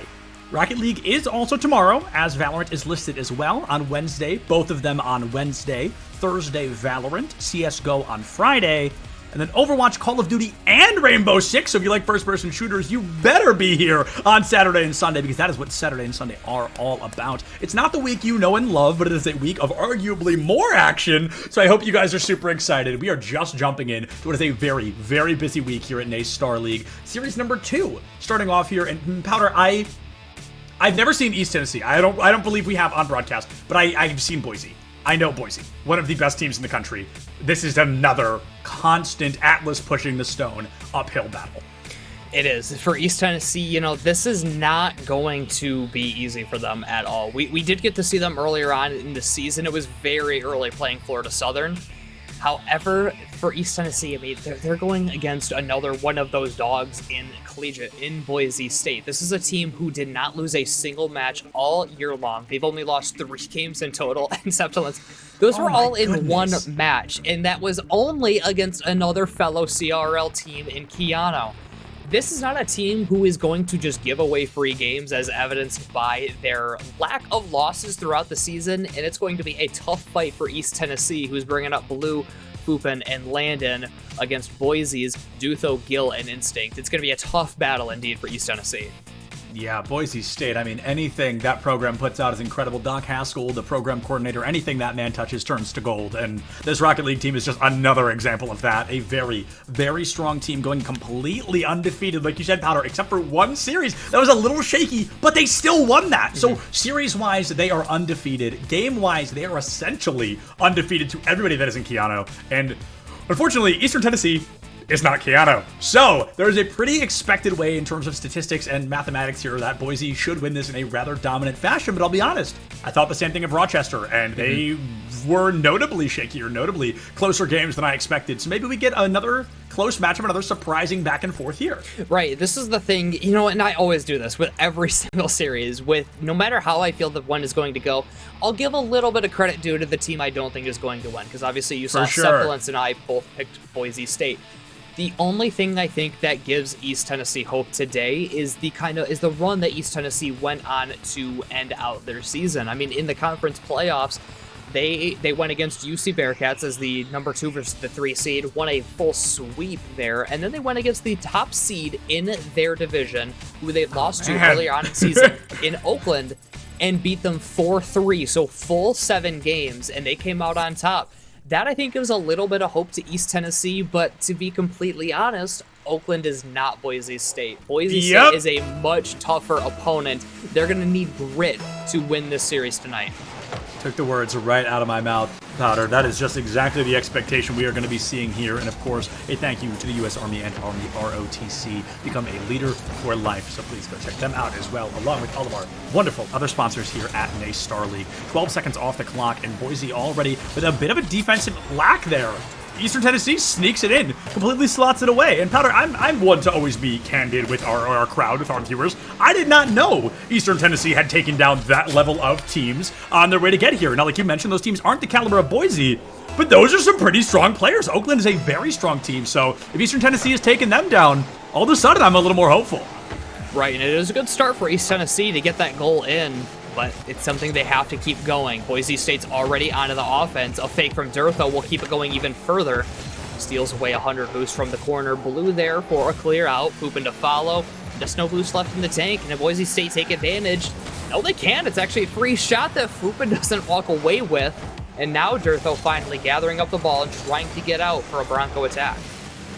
Trying to get out quickly here. Does the risk equate the reward? You've gotten all the way in. Now can you get it back out without getting scored on once again? Boise down by a single point with only 20% of the game missing. This should not be a difficult one for them to come back from. Eastern Tennessee ball control hurtling down toward Boise once again. Stolen into center field. The knockup is just not going to follow through. A secondary attempt. Still the speed. Not there. An instinct cleans it away.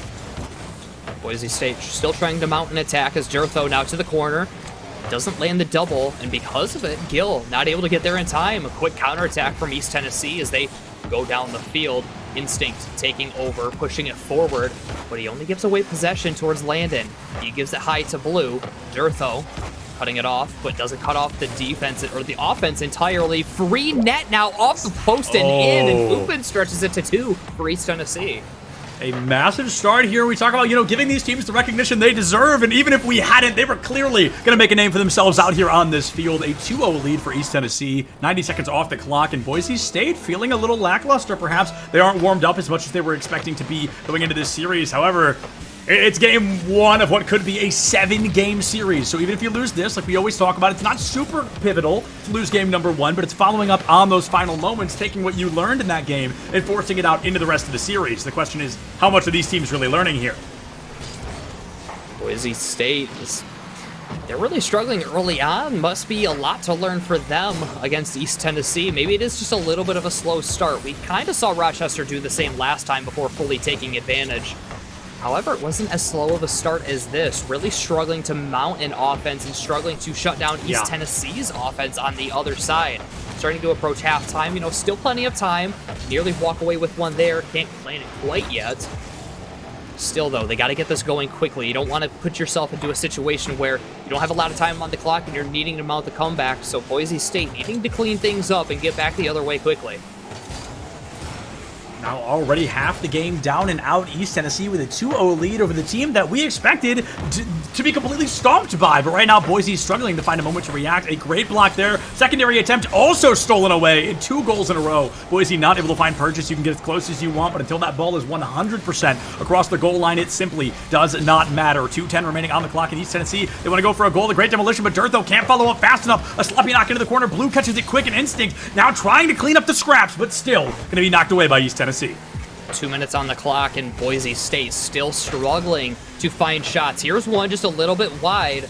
Now Instinct is placed over his head. Gill beaten out too. On the turnaround, gets a bump to slow down the offense. Durtho with the clear to midfield. But still, the struggles are evident for Boise State, and I'm not sure what it is. It might be slightly underrating their opponent, to be completely honest, because, we did not expect East Tennessee to come out like this. With 90 seconds left on the clock, still got that 2-goal lead, and Boise still trying to get their way back into this game. And you know, Powder, I'll keep it candid. I kind of was wondering the same thing back about Rochester when they started to lose a couple of points, when they started to lose a game. I was like, are they just not going full throttle right now? And as Boise now falls 3-0 in game number 1, things are really starting to shake poorly for them. I think this first game, I'm not confident to say it's over already, but I'm confident to say we are definitely getting there. With only 80 seconds left, Boise needs 3 goals. That's 1 per 20-something seconds. Like, they're really running out of time to do this. That play there, just a mistake from Boise State, to be honest. I mean, Durtho, he's trying to get back to it. Unfortunately, the flip puts him out of position to be able to get the stop. Time continuing to tick down. Still nothing to be found offensively on the side of the Broncos. Can get the clear out. Instinct will take over, dish it out in the mid. Unfortunately, though, Durtho with no boost in the tank, less than 60 seconds. Maybe a little bit of offense starting to mount, but nobody to follow it up. And instead, the clear is out again, and time really starting to tick away from Boise, who might need to start looking towards game 2. Absolutely. I don't even know if it's a might anymore, Powder. I think we've reached the threshold. I think Boise needs to start looking at game 2. We talked a lot about what you can learn in game number 1, how you can carry it over into the following games of the series. Boise right now, I mean, they've got a lot to learn, it feels, and that's a crazy thing to be saying about Boise State, but the defense was really not there when it needed to be. The offensive shots, we saw 4 in a row earlier. 2 of them blocked away, 2 of them just downright missed. It is not the opening you want to see for this team when they're fighting for a spot to get through the top 16. Blue puts a 4th on the board, and that has to be the nail in the coffin. 1 per, 4 seconds right now from Boise would tie us up, and that's all but impossible. That's 4 kickoff goals in a row. Yeah, this one's completely over. Boise State, this is not the start we were expecting, to say the to say the absolute least. I was expecting this team to come out and win 4-0 against East Tennessee. Yep. However, I think both you and I, Sepulence, maybe underrated East Tennessee a little bit as well as Boise State. This has been a dominating game, to say the least, and it's something that Boise State might want to just take the full minute here and kind of talk through things, figure out what went wrong, and try to head into game 2 with a much clearer plan of attack. And you know, that goal might certainly help things heading into the next game. Without a doubt, Powder, we're seeing that situation where you can take that lion's share of the momentum that you found right there at the end of game 1. You were the last one to put that point down. You had just now gotten your wheels to the sky, put the ball in goal, and given your team the opportunity to find a point. But that point comes far too late to do much in that game. Only down by 3 points at the end, but 3 points is more than enough to win a game of Rocket League. So, Boise, going into game number 2, I think I wholeheartedly agree. I think they need to take this minute. They need to talk it through. They need to be a little more comfortable. Maybe it falls to that communication. Maybe it's just kind of a break in communication there. They're not able to do the plays they wanted. They're not able to capitalize on the moments they need, and something's got to change here, Powder. This might be a 4-0 in the complete opposite direction. Right, it really could be. Boise State's going to have to turn things around quickly here in game 2. Otherwise, East Tennessee might just bring the same game plan that they just brought out, and again, dominate Boise State. This one wasn't really close, and Boise State did not have many opportunities in that game, other than obviously at the very end when they get the buzzer beater to at least avoid being scoreless. Other than that, it was all in favor of East Tennessee. It was just a dominating game that Boise State has to try to turn around quickly. Yeah, they've got to try to turn something around here, because when a team falls 2-0, that's slowly but surely, possibly the beginning of the end. When you fall 3-0, then we're really like, okay, we're probably done here. But I really don't know, Powder. I mean, that felt so not like Boise to me. I mean, that was really fascinating how they came out. They weren't able to find that dominance they wanted. Back in series number 1, we talked about doing your homework and learning about the opponent you're going up against. There is more than enough footage of Boise out there. They broadcast all of their own things off of mainstream channels like this. They've got a whole thing set up where they can broadcast everything they want to, and I assume their Rocket League games are very often something that are coming to fruition there. So there's probably a lot to take away about Boise off the field, just as much as there is on the field. Maybe East Tennessee just has the download on their strategies. Certainly is. Boise State getting that turnaround here in game 2. However, it is in favor of East Tennessee early on. As Gill, he now takes over trying to get offense on. Throw on the miss. Can he follow it up? He's faking out Blue. Blue gives it away to Instinct, and space given to him as well. Plenty of boost, pushes it forward, can't get it past Fupin. Instead it's into the corner. It's Durtho dumping it back in, wins out the challenge. Who's there first? It's Gill, open net in front of him as well, and Boise State with their first lead of the series. Yeah, good morning, Boise State. I mean, that is the dominance I expected back in game number 1. I think this really leans into the narrative of maybe they just weren't as warmed up as they thought they were. And that's going to be a very strong start, one they need. They want to tie the series early. They want to just make it a traditional best of 5. If they can tie things up 1-1 as they lose ball control on the kickoff immediately. Durtho runs away from goal, takes it into the corner, gets pinched off. And it looks like Blue there to catch all momentum, shifting it. It's a bit of a no man's land, and Blue will be the one to take the plunge. Rocketing towards goal, goes up high. Actually, I think Landon's touch there may have done more harm than good, but the touch is done regardless. What a bump. Ooh, can't That's not land it. Wow. Good aggressive play from Boise State there. Unfortunately, can't get the goal away from it. However, it is something they can keep looking towards to try to build up this offense, or maybe some doubles from Durtho. Put away barely by the defense. And now East Tennessee, as they break out, trying to shut down this Boise offense that is suddenly completely awoken. Boise has really come to life, and you gotta wonder, Powder, maybe they just were playing with their food a little bit. Maybe that confidence was like not as much as they wanted in game 1. They're like, okay, this isn't gonna be as easy as we thought. Let's turn on the boosters a little bit. The boosters have been turned on indeed, now taking a 2-0 lead over East Tennessee and not sealing the deal, not even close to be honest, but they've taken a gap for the first time this entire series. Oh, maybe 3, and it is. Gil slotting it through top shelf. And Semblance, this is the Boise State that both you and I expected to come out in game 1. And I mean, they're down by a game, but you know, it's a best of 7. Plenty of time to come back. They're certainly showing that right now.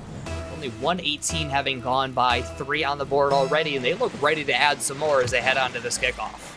Yeah, maybe they're working to prove my game 1's not super important theorem, right? I mean, maybe they're really like, hey, we should help Semblance out with this research.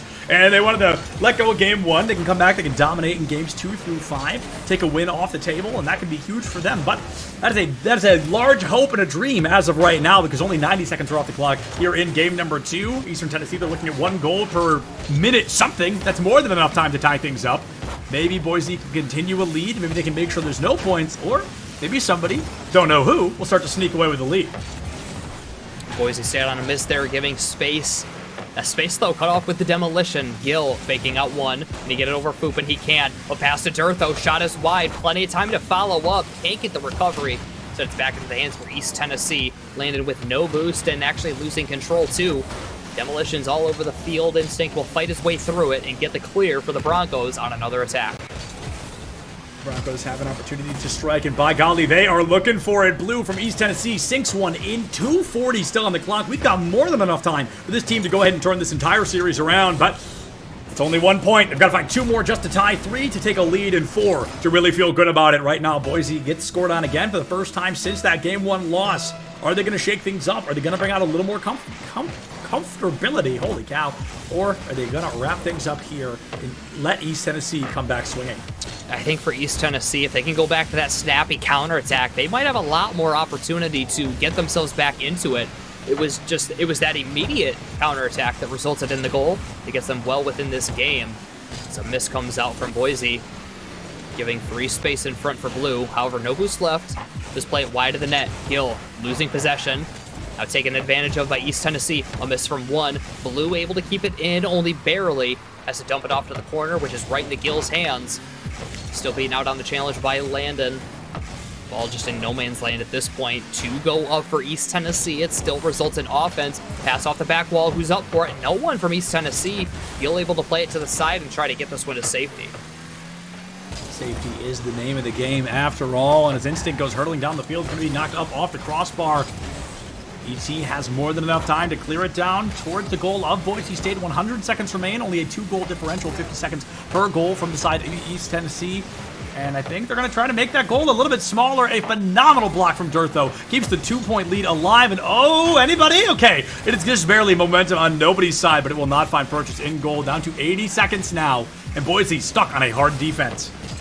Trying to break out now. They do get out, and it's an open net. It's on and in from Boise as they stretch the lead back out to 3. It was a hard push from East Tennessee on offense. However, the counterattack from Boise State this time gets it done. Counterattack from Boise, better late than never. They want to make sure they keep that lead. Feeling a little scared, but you can't let that fear control you. Got to take it and run with it. That's exactly what they're trying to do. Now, as we are down to 70 seconds left on the clock, Boise State looking for a goal early, landing with a short hop there, able to get in the way, steal momentum back, and it's 5 of 6 members of this game all tucked into this corner as Blue wants to clear it down, wants to hurdle it away. The rotations coming in from the side of Boise there to disrupt all sense of momentum from ETSU. If you get in their head, if you disrupt their plan, if you find a demolition, if you take it apart piece by piece, it will absolutely crumble in front of you. Now less than a minute, less than 20 seconds per goal from Tennessee, and that is just to tie things up. I think Boise is looking to make this a traditional best of 5. Starting to look like it at this point. Boise with a hard comeback here in game 2. And actually, this one, if it ends the way it is now, and of course it won't. I was just going to say 4-1 last game on the loss, but this time stretching it out to 5-1 in favor of a potential victory at this point. Gill knocking that one in, and Boise State, you know, this is what we expected to see from them, a dominating victory. East Tennessee got the better of them in game 1. However, Boise seems like they've awoken now. East Tennessee certainly has their work cut out for them if they can't find a way to stifle this offense. Yeah, not only did Boise learn about ETSU in game number 1, they just found the absolute download on what this team was going to do. They have come out swinging in every definition of the word, and it looks like a dominance will perhaps continue into the rest of the series. There's always that fright, that mild concern about running the sprint instead of the mile. Did Boise burn it all here in game number 2? Was it about winning? Was it about sending a message? Are they going to be able to continue this level of speed and hypervigilance going into game 3? That's totally up to them. That's totally up to how much they've left in the reserves to continue into the series. East Tennessee, we'll see if they have anything to say in the final second, but this one a little more dominating in favor of Boise State, and they will get this series tied up at 1 apiece. Like you said, this might end up turning into that traditional best of 5. Well, I mean, it does end up into the traditional best of 5 now as we're tied up 1-1. We'll have to see who that favors. And with this victory, I feel like Boise is here to play now, and I feel like this could easily be 4 straight wins for Boise State to try to take this ultimate victory and get into the quarterfinal. I want to put a different spin on it. I want to put a different narrative on it. But realistically, if Boise keeps playing like that, I can't think of many teams that would beat them. I mean, that was just a very strong, notably cleaner between games 1 and 2. I'm talking about we need to see everything change. We need a full different roster, essentially, to come out and play. And Boise said, all right, heard. And that's exactly what they did. They bring out the same team, the same players, both a full new lease on life, a full new strategy brought to the table. Powder, it's painfully successful. Final scoreline 5-1, I believe, or at least 4-1. Incredibly dominant for Boise.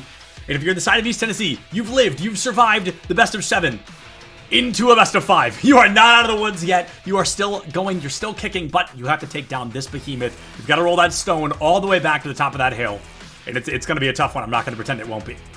Yeah, and with this one, I feel like the stone might be a little bit too hard to roll up for East Tennessee. I feel like now that Boise has shown that they are here to play, after that, you know, it was a little bit of a crushing loss in game 1. However, they turned things around and won even more in a dominating fashion in game 2. Now that I feel like that they've awoken, I feel like East Tennessee, it's going to be a little bit hard. And I say that not sarcastically, but yeah, it's going to be a little bit harder for them to stop it now that Boise is here to play. So we'll have to see what East Tennessee has in store to turn things around, if they can get back to that game 1 style, or maybe some counterattacks, because that worked out in game 2 for their lone goal. Either way, they need a way to shut down Boise State's offense, because it just completely crushed them there in game 2. Yeah, and Boise, a pretty well-constructed team. I mean, they really do a lot of things by the playbook, very communicative, very intense with one another. It's never really kind of a single-player show. So maybe if Tennessee just goes for the simplicity play we always talk about, really go in, get hyper-aggressive, take somebody down 11 times in a row, and see if they can react accordingly. See if they can play kind of that forced 2v3 scenario, or if that is the kryptonite to beating a team like Boise. Gill, a good pass in the midfield, and that's something that East Tennessee has got to stop. You got to cut off the passing lanes, because look at this. Dirt, though, down to Gill, back over to Instinct, free net in front. No one to stop any passing. Boise State takes advantage, gets a 1-0 lead early on. The 1-0 lead could always be enough to take a team down early and now a game round advantage in this series, due to the fact that whichever team wins guarantees themselves a 2-1 slot going into the rest of the series. Could it be a comfort thing for Boise? Could they just kind of show us those 4 in a row? Or can ETSU really start to break the bones a little bit, really start to get in the head of Boise State and take their own 2-1 lead? I don't know, but right now, Powder, just looking at raw statistics, Boise, they find the first point. It's been a full minute. ETSU hasn't even been close. Can Boise just continue this hyper-vigilant play style to walk away with, like you said, 4 wins in a row? Well, they're not playing very safe with the possession to this point. Everybody clumped in this corner, and the push down forward, Blue kind of just stuck in the way of the ball. It was wide either way. See if they can get back onto offense. They cannot. Durtho cut off quickly. Gil racing up, slows down as Landon pushes it forward. Aggressive play to get the demolition. Doesn't matter as Boise State still down the field. Double commit here is Durtho for it. Now Gil left alone, banging it towards the net much too wide, and Gil will take that one over. Lose out the challenge. Still in the middle, but too far away is East Tennessee. It's Instinct around 1. Now to the other side for offense for the Broncos. Going to the other side, Durtho has an opportunity to play a strong defense, but he's not going to be able to catch it as the ball is taken up far into the right corner. Bit of a reset from ETSU perhaps, and it's going to be clear instantaneously. Nobody's there for the follow-up. The defense from East Tennessee will allow them to live another day with this 1-0 scoreline. 2 minutes off the clock, 2:56 is still on it. More than enough time for East Tennessee to do something, but as Boise State continues to play it low and slow, will they inevitably pepper the ball into goal? Just like that, Gil putting the second point on the board. Took a lot more time to get the second one in. East Tennessee's defense stood tall for a while, but eventually Gil comes through with the double tap and stretches it out to 2 as we start to approach halftime. I think this is kind of what we were both expecting, is that, yes, once Boise State was here and they were awake and ready to play and they were bringing the offense, this series was very likely going to tilt heavily in their favor. And at this point, East Tennessee really hasn't shown anything that is going to change things. I mean, there is still time in this series. However, with the way that things are going, it's not looking pretty, and it's something they're going to need to clean up quickly if they want a shot at making the comeback in this game and in the series in general. Yeah, and if Boise does win, that's definitely going to be one of the questions I ask. Like, what the heck was game 1? Because games 2 and 3 are so very dominant. As I say it, though, East Tennessee coming back to life at a pivotal moment just after entering the second half of this game. We see a great play from Blue to cut the lead in half, but unfortunately it's still a lead, so East Tennessee, they've got to continue pushing this uphill. They've got to continue moving forward, looking for those goals and looking to knock Boise down, but Boise, well, a resilient team if I've ever seen one. We'll see how Boise turn things around. They do, off the kickoff, get the offense. Gil forward, a little bit of space in winning the challenge. Durtho on the turn, can't find it yet. Double commit from East Tennessee. Can they keep the offense? No, they give it away from the double commit. Now Durtho up for it. The dribble up with space, got the reset, goes underneath one, wins out the challenge on the goal line. Put away by Blue with no boost left, and Instinct refuses the clear, dumps it back in, and keeps the offense on for Boise State. Offense on for Boise State as Blue just barely allows that not to go. And we talked about this earlier. The ball has to go 100% past the goal line to count. It can literally go 99.9, but until it hits that 100%, it does not count as a goal. And now East Tennessee thanking their lucky stars that didn't count as a goal as they move a little further into this series. They're keeping it at that 2-1 scoreline. It's still within reach, at least forcing an overtime onto Boise's shoulders, but Boise desperate to find that one more goal to take a comfortable lead in game number 3. And Durtho, that's such a good dump in, just barely touching the ball. All that he needed. Now he's here to follow it up again. Gets the double down. Hoopin with the stop. Gil pushing it forward, keeping the offense on one more time. Blue now with 100 boost, wins out the challenge, but right into the hands of Durtho. He goes into the air, almost bumped off the play. Landon falling. He can recover. I mean, he had all the time in the world to do so. However, Boise State still pushing up on offense and just refusing any ability for East Tennessee to get onto offense and get this game tied. That was absolutely terrifying. I thought Lando was going to let it roll right behind him, but like you said, the momentum of the ball really slows down the moment it touches the ground, and it gave East Tennessee the miracle they needed to not allow that to just roll itself right in for Boise's third point. Now, speaking of threes, 30 seconds left on the clock, and it's going to be difficult because East Tennessee has not been able to really play an offense. I feel like they've been stuck in a hard defensive slot, and it's not been a capitalization that they want to take a game win over Boise. Game 2, incredibly dominant. Game 3, notably closer, so signs of life from East Tennessee continue to appear as we move further into this series. Still time for East Tennessee. They just need to get this coast-to-coast play. Got to keep it in the air. Instinct trying to shut that down quickly. Pushes it forward. And now killed to the ground. Boise State with another victory, 2 in a row now as they take that lead in this series. Looking a lot better and a lot more confident than in Game 1. Most definitely. I really can't understand what fluke that was in game number 1 with Boise. They definitely took it as a grain of salt. They came into game number 2 with an incredible dominance, and now game number 3 slowed down a little bit. They won by a single point. Sometimes that's all you need to win, but I know teams feel much more comfortable when they're 3, 5, 11 points in the lead, right? That 1 point is constantly kind of looming over your shoulder. Like, the second you slip, you're tied up, and that's no longer your lead. And that's why we always say a 1-goal lead in Rocket League is hardly a lead, because it can slip away at any given moment. Boise, though, they stand strong. They hold onto the rope. They let nothing slip, and they win game number 3. Now halfway done to securing this victory. But Powder, like I said, halfway is only halfway. They still have to do it 2 more times in the time that East Tennessee has to do it in 3. We're pretty close here in terms of success. Right, lots of time left in this series to make the comeback for East Tennessee.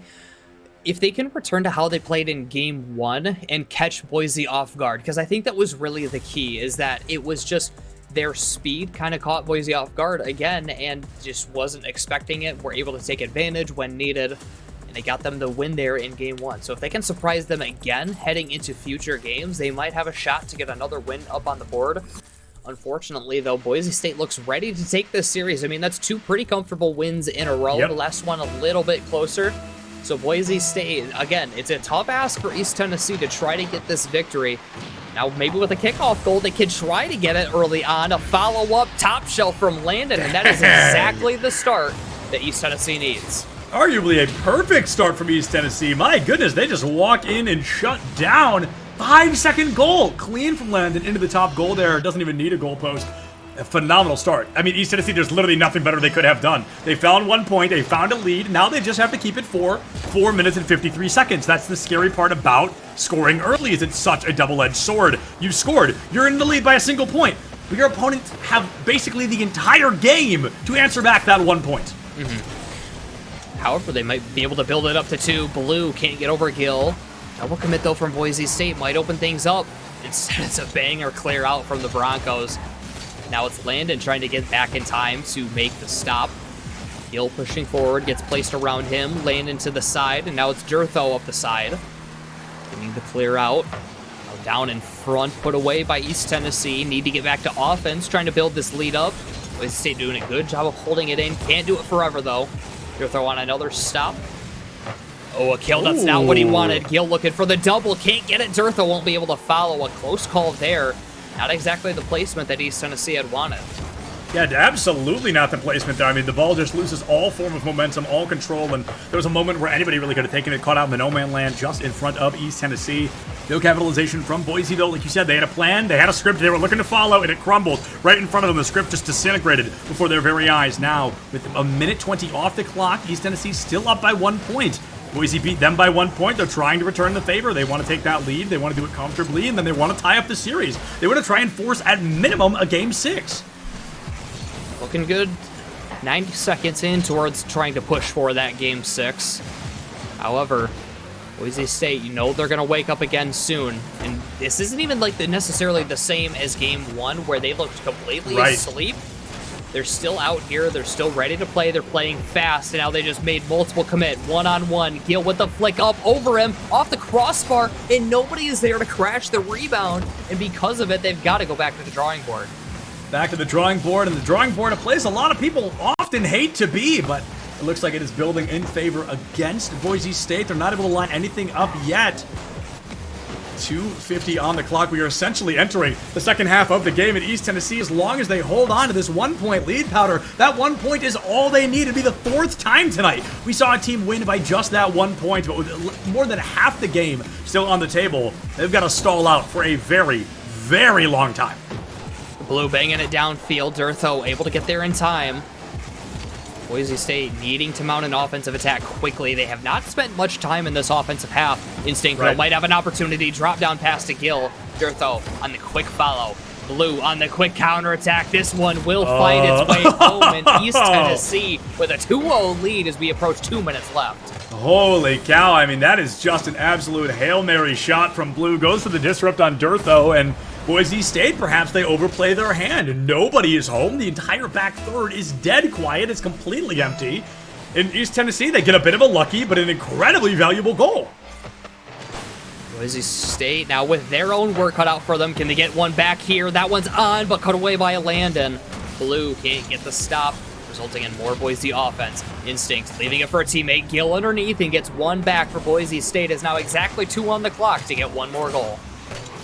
2 minutes on the clock. Boise, they've cut the lead in half, and now with only that 1 point lead, East Tennessee has to make sure they don't overplay their hand. Boise just got scored on due to an overextension, and Boise has to make sure they do not follow that exact same suit moving forward. Exactly 2 minutes on the clock, 120 seconds for East Tennessee to force, at the very least, a game number 6, but Boise had to play it slow. They ran the sprint instead of the marathon. They've used most of this game to recuperate, regain that energy, and recharge.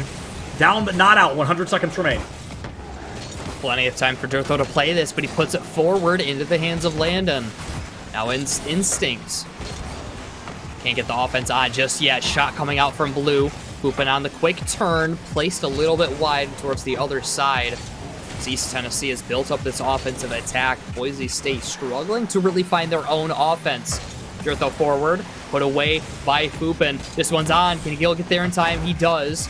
Places it towards Instinct. Instead, it's taken away by East Tennessee. A miss on the back line. Gil gives it right away to East Tennessee. Another stop coming out. This one behind him. Right side Instinct there in time. East Tennessee's attack is a little too much for Boise to handle right now. They're getting the stops, but it's resulting in no offense whatsoever as they want to get this tied up late. And I always use that phrase, peppering it down, kind of slamming into goal over and over and over. It's not even about the goal right now for Tennessee. It's about the back third. They are hardly letting the ball even get close to their goal. They clear it down. They smack it against Boise, and Boise often not there to catch it. Has to bounce right back. This could be it. 40 seconds here on the clock. East Tennessee getting ready to force game number 6, and slowly but surely things are stacking against them. Gil finds a slotted shot to find his momentum once again. 35 seconds on the clock. We are tied up 2-2-2. Dirtho. Dirtho just getting in the way there, and I think Gil did the same thing. Everybody just coming together to disrupt the defense from East Tennessee. A late game tie-up again now from Boise State. We're off the kickoff in favor of East Tennessee. Pushing this one towards the back wall, can't follow it. An Instinct beating one out. Blue is the last man pushing this up. Rolling down. Can Foopin get the read? He cannot. Now Dirtho, with time to work with, puts it up into the air, gets it over Blue. Instinct peeling off, and Foopin on the miss now. Boise State, the shot from Gil in left side. It takes the replay. There's absolutely no way this is real. I cannot believe that. Boise just getting walked on for a majority of this game. They don't get to get ball control. They don't get to play offense. They are just stuck in a full-blown defense. And then all of a sudden, in 20 seconds, they're like, oh, right, that's how you play Rocket League. And they're starting to kick the crap out of ETSU. I mean, this is probably the most aggressive turnaround we have ever seen from a team in a single game like this, Powder. This is incredible. Boise really, truly giving us the both sides of the same coin in every single game. This is the fight that Eastern Tennessee... This is insane! Yeah, this is exactly what, this is what ETSU expected coming into this series. This is the Boise that they knew had the fight in them to make comebacks like that. And I'll be honest, I'm still, even despite that, surprised that they got the comeback because of how much East Tennessee was peppering the offense against Boise State. It was a struggle for them defensively to break out. However, they get it done, and they get it done late. Still counts for a win, and it still puts them on match point, 1 game away from facing Rochester in the quarterfinal. That is incredible that Boise was able to just completely snatch all momentum out of that game. And it's amazing. It was really like the Jekyll and Hyde of this scenario. They're like, hey, we're really good at this game. Hey, we don't know how to play this game. And East Tennessee has to constantly react to whichever team Boise is bringing out. But in those final moments, in the moments where, yeah, even a Boise team, a team notorious for clutching out moments like that, I thought they were down and out. I thought we were tying up the series. But in 20 seconds, they put those points on the board. They snatch it out, and they are 1 game away from ending our second series of the night. And this is going to be close. I mean, East Tennessee, very similar to our first series, they are 10% away all the time. How do they jump that extra 10% to take down this giant?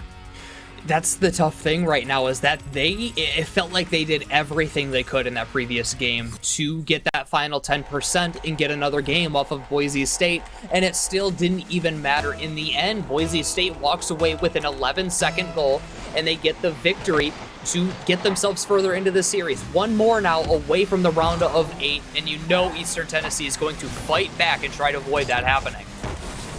And a big, huge shout out, first of all, to Mavix for sponsoring Nace Star League, and of course, a massive shout out to Dirtho as well, putting Boise on the board 9 seconds off the clock. An amazing job from Dirtho, and of course, an amazing job from Mavix and everything they release. You guys gotta go check them out. They make a lot of wonderful things, including some very comfortable chairs. So, shout out Mavix. Now, 10 seconds off the clock. Boise State, they are up 1-0 here, Powder. This is exactly what East Tennessee did 1 game ago, but East Tennessee lost that game. Is Boise gonna come out and swinging once again? And they absolutely are. Second point on the board, 17 seconds off the clock. You know, in between games, I was thinking, I'm like, I really don't know how this game is going to go with the way that East Tennessee fought and how close they were to getting the victory before the comeback happens. I thought that East Tennessee might be a little angry after and be able to, you know, come back swinging and get the lead back into their hands. No, instead it's the complete other way. Boise State has come out throwing every punch imaginable. It's 3-0, 25 seconds in, and Boise State looks ready to be done with this series and just try to get on to the round of 8. Getting into the round of 8, they are honestly very close. I mean, they're making themselves more and more comfortable to get there. 3 points on the board, 30 seconds off the clock. Oh my goodness, I cannot believe how fast they have been doing this. Oh, Landon. Okay, good. Okay, East Tennessee, they're not going to lay down and take it. They're going to be able to play a hard defense. They get the ball cleared out into center field. Dirtho with the immediate catch. It's a sloppy knockdown. Has to bring it up and off the corner. Needs a team follow-up. But Blue playing a hard defense. The 1-1 in favor of East Tennessee. Here comes a double tap from Instinct. That is going to be stolen again. Only a minute off the clock, and arguably the most action we have seen so far. I gotta agree, and unfortunately, it's all on the side of Boise State with that offense. You know, East Tennessee, this is their first look at their own offensive half, and it's over a minute into this game. They've got to get things turned around immediately. A 3-goal comeback in itself is a tough ask. I mean, you get all this time, sure, it's definitely possible, but with how fast Boise State is playing now, again, they just look completely ready to get this game and series over with. But here comes Blue knocking one into a wide open net and maybe giving them some life to make the comeback. This is a huge moment. I'm going to bring up that double-edged sword just one more time. You're just like, holy cow, this guy really likes swords. I do, but I got to talk about the importance of Boise scoring 3 times in less than a minute. That leaves 4 minutes, 80% of the game for East Tennessee to answer back. And right now, they're trying to off the back of Blue. Almost a second point out the gate there. It's going to be stolen away by Gill up and over through that center field. If the follow-up is here, this could be a free goal, but it's off to the right. And now it's a sloppy follow-up from Boise, stolen away. Here comes Blue down towards center field once again. Gill finds it. Landon follows it, and it's going to be another goal for East Tennessee. What a phenomenal play. This is such a smart play from East Tennessee to not go for the shot from Landon. Sure, he's aiming for the net, and I mean, it could certainly go into the net. If the defensive player falls off the play, it could certainly be in, and you got your teammate up there to take advantage. However, the main goal of that play is to get the pass, and because of the pass, he's able to put it behind the defender. It is such a good team play from East Tennessee, and it brings him within 1 goal, and maybe able to get it tied up. No, instead, Dirtho back the other way again. Good read from Landon, as now East Tennessee still fighting towards getting this tied back up. 3 minutes left on the clock. A great hurdle shot down it clear from the heavens, but it's going to be blocked away by a demonic play there from the side of Boise State. Instinct with the back shot there. It is going to be a great opportunity. He reverses forwards, finds Boise early. The opportunity, though, the window already closed, and now the ball into no man's land. East Tennessee with ball control, maybe. This feels so much like a game 1 to me, Powder. I really cannot shake it. It's like ball control is constantly just a massive question mark until somebody scores. It really is. You know, neither team able to get true ball security up to this point. There's now Instinct off the corner, and again, just given away this time towards East Tennessee. Landon in the air, gets the reset. Dirtho not the spot he wants it to be in. And now put away by Gill low. Can he get the clear he needs? He cannot. Dirtho can. Now he'll keep it close. A smart play to keep the offense on for Boise State. Keeping the offense on is what Boise needs to do. Winning by a single point, as we've learned 1,000 times today, is absolutely still a win. But Landon doesn't even need a pass to present his team the future. It's going to be tied up 3-3, 2 minutes left on the clock. And I believe that 6th point ties this for our highest scoring game of the evening. Certainly brings it close, if anything. And another smart play from East Tennessee there. Catching Gill off guard. When you're the defender right in the middle of the net rotating back, it is the worst possible spot to be in. You feel uncomfortable no matter where you try to go. And because of that because of just that aggression from pushing up field and Gil's uncomfortable positioning. East Tennessee gets it tied up 3 in a row to do so. As time continues to tick away, still 1:40 on the clock. We've got 6 on the board. We'll have to see a 7th at least before this game is over. Durtho forward again. And again, that ball control just a struggle for both teams, like you said, Sepulence. Given away to East Tennessee. Now Durtho up the side, trying to get a clear out. Can't do so. Boise State really struggling to maintain offense later in this game. They need this offense like they need their next breath here, Powder, or East Tennessee will not go down yet. They'll be able to carry us on into Game 6 of the series, but with 70 seconds left on the clock, it is going to be a slow and steady race. Can East Tennessee find that dominance? Can they come through quickly and secure that final goal, or can Boise put one more on the board and send East Tennessee packing? Oh, a quick shot coming in from Landon, and he gets the lead now for East Tennessee. That is 4 unanswered. And, you know, we talked at the beginning of this game that 3 goals is such a tough comeback, but that's what happens when you score 3 in 25 seconds. You get all the time in the world to make the comeback, and it took just over 3 minutes for East Tennessee to do so. Now it's up to Boise to get 1 more to tie things up and at least send it to an overtime if they want to get it done here in this game. 47 seconds remain here. Boise State, they need to put 1 more down. They need to force an overtime at this point. They spent the entire game with the upper hand, and now they are on the back foot. A huge double tap from East Tennessee almost goes unanswered, but it does not yet at least. 33 remain. Instinct trying to hurdle it down towards center field. The disruption from East Tennessee's Landon forces it away once again. Boise cannot find an offense. They cannot find the dominance they want in Powder. They need to put something down, or East Tennessee is taking this all the way. Looked like they had a chance there, but smartly played away from Fupan. Landon taken off the field. This might allow Boise State some offense, and it does. Up towards Instinct. Needs to gain control. He does. Can't read it off the ceiling, though. Now it's back out again. Gil has to play this forward. No one up quickly to follow from Boise. Trying to keep this low as Blue. Smart play. Kills it down. No way! And we head to a Game 6 as East Tennessee trying to make that full comeback here in the series. We did lose Sepulence there real quick. Close the VMix on Axis, so we'll get him back. But what a turnaround this was from East Tennessee. You know, I did mention early on how it took only those 25 seconds to get 3 goals from Boise. And again, I made the point that it takes a long time. We got Sepulence back. It gives a long time to East Tennessee to bring the comeback, and they get it done. It didn't even take the full 4.5 minutes to do it. With a minute left, they take the lead, and Boise State, the struggles on offense just apparent in that game. East Tennessee snuffed them out after that quick start, and because of it, we're heading to a Game 6. I have never closed out VMix on any other organization. That's the second time here at NACE I've closed myself out of VMix. I don't know why I keep doing that. I go to like hit the little thing and open it because I only need to see us. I don't need to see like the production chat or anything. I keep exiting out. Anyway, speaking of exiting out, one of these teams is trying to make sure another exits this tournament right here, right now at NACE Starly. We are going all the way to game number 7. We are tied up 3-3. Both these teams on their back foot. Powder, this entire season, I thought I had never been more confident in saying somebody, this is game 6, not game 7, what am I saying? This is more, I've never been more confident that a team was going to 4-0 sweep, and then Boise just like doesn't. And now I have to completely eat those words on broadcast. So Boise, they're back, not fully against the wall, but they're getting closer and closer as East Tennessee won their second game. I thought it was their third. That's what I get for closing VMix. Anyway, game number 6 on the board at Boise State. Trying to win this one out, but we really thought they were going to last time. They need to make sure they do not run the sprint, Powder. They need to run the marathon. They take the lead early every time, and then they can't close out when it matters, and it's now cost them 2 games. Right, and I do think it is funny because I agree that I thought this was going to be a pretty easy 4-0 for Boise State.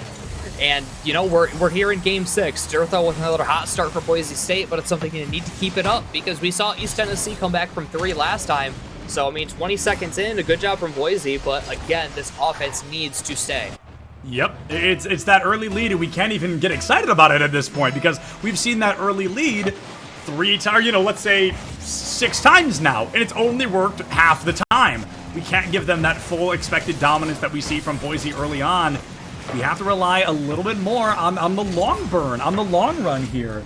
I'm just not sure we're gonna see it. Even the second point, Powder, I'm not falling for it. I'm not gonna believe it yet. Yeah, not quite yet. This, though, is really just a big misplay from East Tennessee. You have 2 players up in the corner where the ball is at, and Blue just gets a little bit aggressive. He's desperate to get the clear. Yeah. Unfortunately, misses the ball completely, gives away another freebie towards Boise State. And maybe now the comeback is on from East Tennessee, as they do have offense quickly off the kickoff.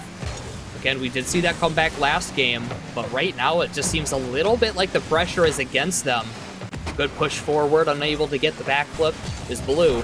Now Gale losing it. It's landing off the back wall. Instinct cutting it off to keep it away from East Tennessee. For the pass out, unfortunately, into the hands of Gil. It's back for another Boise State attack. Boise State wants to be on the offense, and this is exactly where they found themselves, back in game number 5, excuse me. Can they capitalize on these moments, Powder? Can they play the hard defense when they want? Currently, nobody home in the back third, and that's exactly why they've been scored on nearly every time. They try to play that hyper-aggressive, hyper-aware team. They want to be in your face, make it just so aggressively you don't have time to react, but that's not always the way to win this out. You need to have somebody in the back half at least, if not the back third, because you're going to get scored on easily if your goal is wide open. Pinch out does not work in favor of East Tennessee. Dirtho takes over. A flip reset past one, a double flip reset, but he can't use it to much advantage. Instinct now taking this tight angle to work with. Foopin with the stop. Now Gil with the stop to keep the offense on. A Slayer doesn't get the miss from Blue, but it is still possession. Dirtho can't get the flick around. Gil will keep it on again. Dirtho on a quick rotation around. Can't get the challenge. Instead, it's Foopin on offense for East Tennessee, but it's not staying there for long. It seems like a repeat of Game 5, where it was early attacks from Boise that started to fizzle out, and then a lot more in favor of East Tennessee. And of course, completely turn around now by Instinct, knocking home the third for the Broncos. Instinct putting that 3rd point home, and Powder, I'm going to say it again, I'm still not going to fall for it. I don't feel comfortable yet. More than half the game on the clock. Boise has been in this position what feels like a million times. In reality, it's been, 6? But at the same time, they've got a 50% success rate of walking away with games right now. And I'm not ready to give them that golden goal yet. I think they've still got a lot to work for. They've got 2.5 minutes. The first half always looks good. It's the second half we need to see changes in, and this is their time to show us those changes are here. Still 2.5 minutes to work with for East Tennessee, but you want to get that going quickly. You don't want to force yourself into a position where there's not a lot of time left and you're still looking for 3 in a row. So now it could stretch to 4. Good cut, though. And now Landon, can he get up to it? He can't. It was open net, but unfortunately was not able to flip into the ball to get the shot on.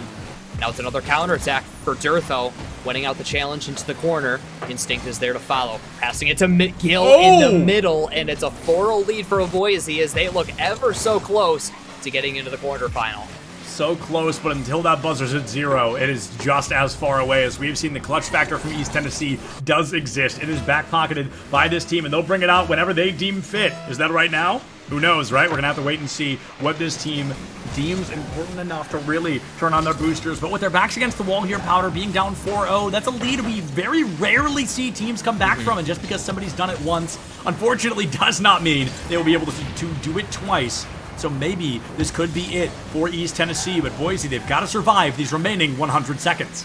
Yeah, we saw East Tennessee get 4 in a row to win the game. Now they need to do it to only get a tie, and they only have 90 seconds left to do so. We saw them with a lot more time management in the previous game, spreading those goals apart, not forcing it late.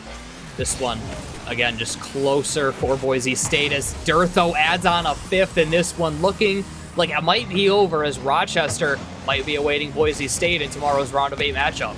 I think they very well may. 5 points on the board, 80 seconds on the clock, 120 on the clock, and this could be Boise's golden hour here. There's always that sense of hope, that sense of possibility from the side of ETSU, but as we continue to tick down that timer, it feels less and less likely. This has been a very impressive team in terms of kind of coordination and performance, but it looks like they're going to fall a little bit short when it matters most. I think Boise does have this in the bag. Certainly looks like it. East Tennessee, they can get a goal here and there, but unfortunately, 5-goal comebacks are virtually impossible in Rocket League with less than 60 seconds left, especially so, and especially when you add on a 6th, Dirtho just styling on them at this point. Boise State, what a turnaround it's been for them as well, because this was an impressive series from East Tennessee, coming out much harder than we expected. And Boise State still stood tall. They did take a couple losses, but ultimately they will get the victory and be able to advance on in the playoffs. Advancing into the playoffs is, of course, the goal of every team we see both on and off stream here at NA Star League, and that dream can only come true for so many. Unfortunately, East Tennessee, they fight tooth and nail. They take us all the way to game number 6, but as the 7th point is put on the board, I think game 6 is where we will see them no more after this. They fought very impressively, very strongly. I mentioned this twice. I'm going to say it a third time. I really thought this was going to be a 4-0 for Boise, but East Tennessee, they came out swinging, and they never stopped until they went down here in game 6. I expected every game to be like this one. You know, maybe not as bad as a 7-0, but I really thought it was going to be, you know, that easy 4-0 like you had mentioned. Yep. It was not. East Tennessee put up a fantastic fight. Ultimately, though, Boise State is just too good of a team to handle. You know, that history, and unfortunately, you know, set themselves up into the Brazil. Either way, though, I love this fight that East Tennessee has had. It's been such an impressive season for them, being a 5-2 team to make it into the top 16, because remember, that's another key point of today, is that all of these teams have now proven themselves as a top 16 team in the nation for NA Star League. They showed why they deserve it tonight with an incredible fight against Boise, but again, just too much to handle a CRL team like Boise State is. So that will come up short today, but again, an impressive season, and congratulations are still in order for East Tennessee on their placing this season. Oh, without a doubt. You know, we talked about that earlier. We can talk about it again. Top 16, that's something only 16 teams get to say they did. That is very cool. That is very impressive, and that is a great showing of what these schools can bring to the table. But unfortunately, we do have to wave goodbye to our friends at East Tennessee. No matter where this ball ends up, that will be a 7-1 victory for Boise, a 4-2 on the series. So absolutely not as dominant as we expected, but the ending is, of course, what we thought it was going to be. Boise State walking away and beating Rochester in the top 8. Right, this game 6 was, and I already said it, I expected every game to be like this game 6. Yep. Again, not nearly as bad as a 7-1, but I expected Boise State to come out strong. I expected to see the same Boise we got to see on broadcast earlier in the season. We didn't get to see that today, however, we saw flashes of it, and it's those flashes that still give me hope for tomorrow. However, I still think that going into tomorrow, Rochester is going to have the advantage, ultimately, just based on what we've seen today. You know, Michigan Tech put up a good fight against Rochester. However, I still think that they're going to have the upper hand. But, you know, Boise State, they still have a day to kind of process things, go over what went wrong today, hop into any scrims and VOD review necessary to go into their top 8 tomorrow. You know, for the time being, they just need to celebrate. You know, they just clinched top 8 in a Star League. There's no reason to kind of hang your hats on this. And it's interesting that we're kind of talking about it this way, that it's almost a negative that they dropped 2 games in this series. Just surprising. Right, it is extremely surprising that they did drop those. Still, though, they got the win. They clinched top 8, so still, congratulations in order for them as well on a hard-fought series win. Without a doubt, they fought until the bitter end, but it was not bitter for them. It was actually, they fought until the very awesome, very exciting end, because even with those game losses on their side, they did still find the 4 that they needed to walk away victorious, and like you said, move on to at least tomorrow, if not further. But Rochester, I guess actually, that's going to be a really interesting matchup in general, because those are just 2 powerhouse teams. That'll be very fascinating to see if Boise can kind of poke some holes in the ship of Rochester, but we'll get there when we get there. For now, we're going to wait, try to get an interview with somebody from Boise, and just kind of hear what was happening out there on the field, because as we mention every week, we only know so much as spectators. We only know so much as those that are watching. Some things that look intentional may have not been, and vice versa. So we've got to hear a little bit more about, what happened in game number 1, and then kind of what gave them that boost going into the rest of the series. They lost a couple games. They're definitely strangers to losing any games, let alone half of a series. And now we're going to be jumping into our interviewee at Boise. Let's hear what they have to say.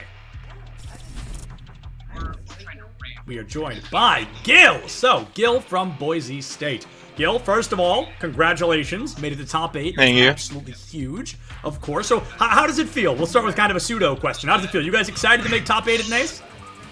It feels good. I think this is actually the highest we've ever been placed in NACE. So, it feels good to improve up there. I think we kind of expected it, though. A little harder than we wanted it to be, but I think we expected it.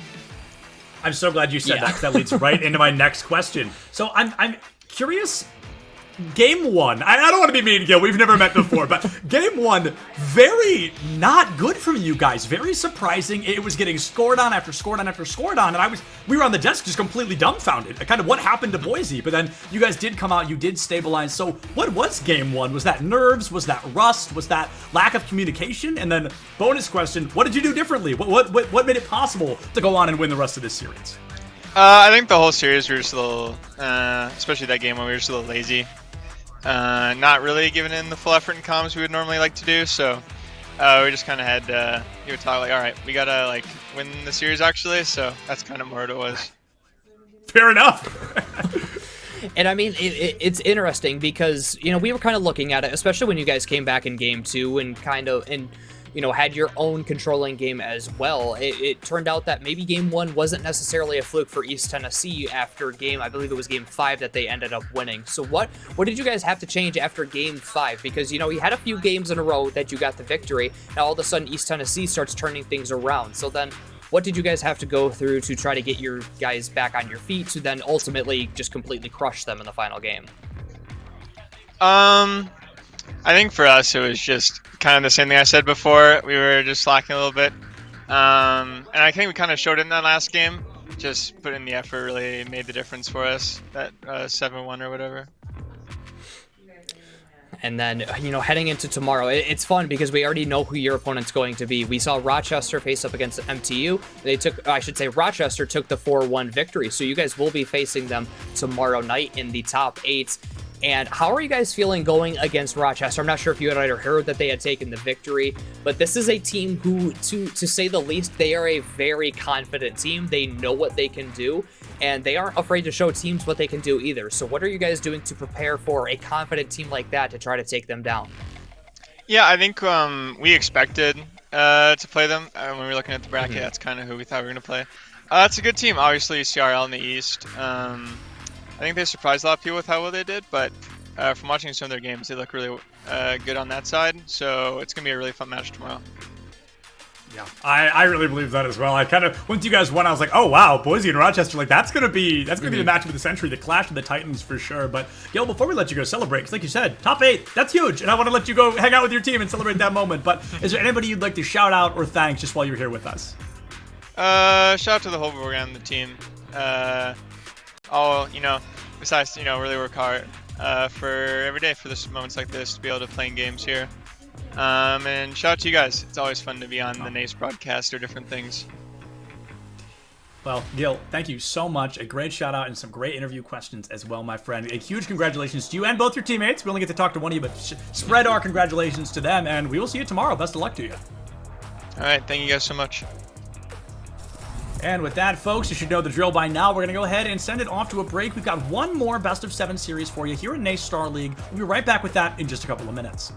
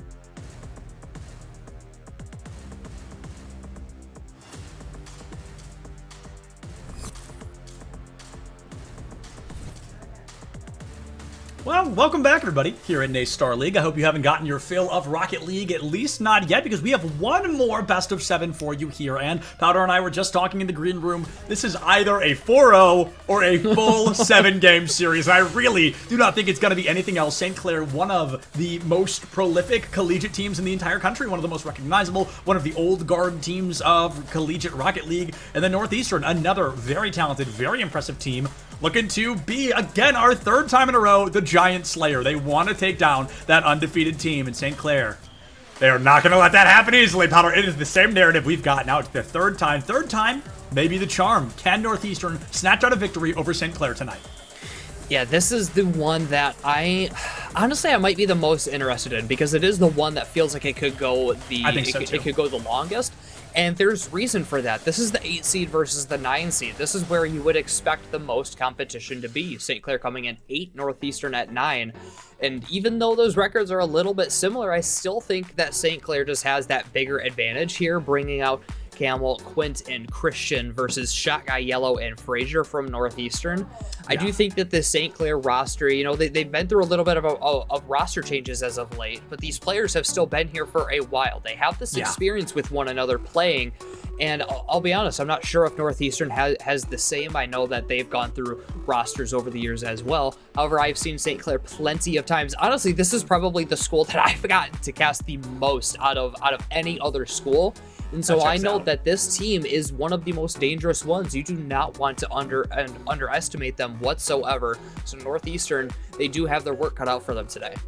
Their work is cut out indeed, Powder. And I feel like we've seen Northeastern a little bit more on the Nace broadcast, just in general. I know that we've seen at least one of their wins, and I believe their loss was on stream as well, but nobody mark me on that. Don't even go look. Just pretend I'm telling the truth. Northeastern, we have definitely seen the highs and lows of this team, and right now they cannot afford to bring out even a single low, or it could cost them the entire game, which could then snowball into the whole series. We have yet to see a 4-0 sweep, and like we mentioned, that either happens right here, right now, or we go all the way to Game 7, and I really don't think anything else is going to happen. I definitely think, just because I went with my recency bias here, I've seen Northeastern a lot more. I know they're a very talented team, and I suspect they do have the proper cards, if played in the right order, to take down a giant like St. Clair.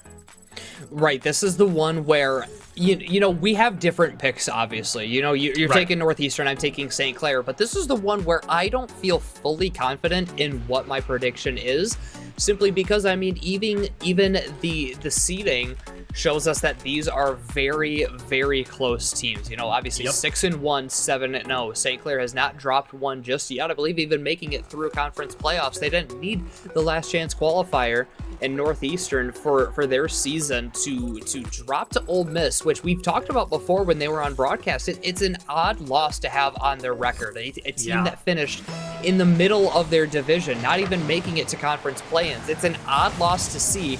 However, you know, they still won in the conference playoffs and made it straight through. However, you know, St. Clair bringing it out hot. Goodness. Quick start here from Christian, and it's 1-0 lead for St. Clair. Holy cow, that is probably, like, we've seen three, that's our third 5-second goal. That one was the most, like, look at me and only me. That was insanely dominant. Oh my goodness, an amazing play there. Just opens the floodgates for St. Clair, but are they going to be able to keep that dominance moving, Powder? We've seen teams take leads and lose them just as quick tonight here at Nays. We've got to see if that story is going to be told all over again. Christian trying to get the counterattack quickly there. Can't get it done as it's now forward again. Spoods getting the stop on the goal line, able to dish it away from one. Spoods trying to get past the last man, can't do so. Christian a bit too close, but he can keep the offense on for St. Clair. Dumped into the corner. Christian low, slotting it through, and it's a 2-0 lead for St. Clair. Wow, blink and you miss it. The SCC up by 2 here. Only 40 seconds off the clock, and Northeastern hasn't been able to adapt for even a fraction of a second. It has just been a dominant, proactive team slamming into an unfortunately not as reactive team as they need to be right now. St. Clair starting off very, very strong. This is exactly the start that I expected from St. Clair. You know, this is the team that has had some high placings in all of collegiate, no matter the roster. This is a team that you do not want to play slow against. And, you know, it's been a little bit of a slow start for Northeastern. Over towards Quint. Can he get the angle? He can. Top shelf, St. Clair. Hot start from them. 3 goals, 103 in. Yeah, nobody there. St. Clair just gets that free open goal. Quint goes right up and over Yellow, who cannot jump high enough, fast enough, and seals the deal up by 3 now, Powder. I mean, that is where we start to get a little bit worried. I mean, that is where the dominance really continues to grow in favor of SCC. Now Northeastern trying to get their shot early. Cannot get it done yet, though. Yellow towards the sky, looking for space, but it's immediately cut off by Spoods. Now Spoods taking over again. Can he get a past shot guy? He can't. It's in the midfield. Christian will play it towards the side. Yellow with some space, giving it over towards shot guy off the back wall, but Quint is there. Now Frazier can't get much done with it. It's a clear out for St. Clair again towards an open net. Yellow's got to get there in time. The challenge is going to be taken. It is bouncing off the ceiling. Shot guy for the clear, and St. Clair doing what they can to shut it down. We had Pi on the clock just a moment ago, and now SCC, they're up by 3-0 still. A minute per goal right now for Northeastern. So, while statistically it's going to be hard to answer back, I don't think we're going to see that same level of struggle, or this is going to be a complete and total shutout. I'm really not sure, Powder. Right now, Northeastern, they haven't put anything on the board in 2 minutes. They've got 3 left. Statistics are only in their favor here. They've got more than enough time to put even something, just 1 goal down for the momentum. Right, but it's just St. Clair with this offensive attack that they keep putting on. And now an open net in front is Quint. The flip reset around the defender and in the mechanical finesse to get the 4th.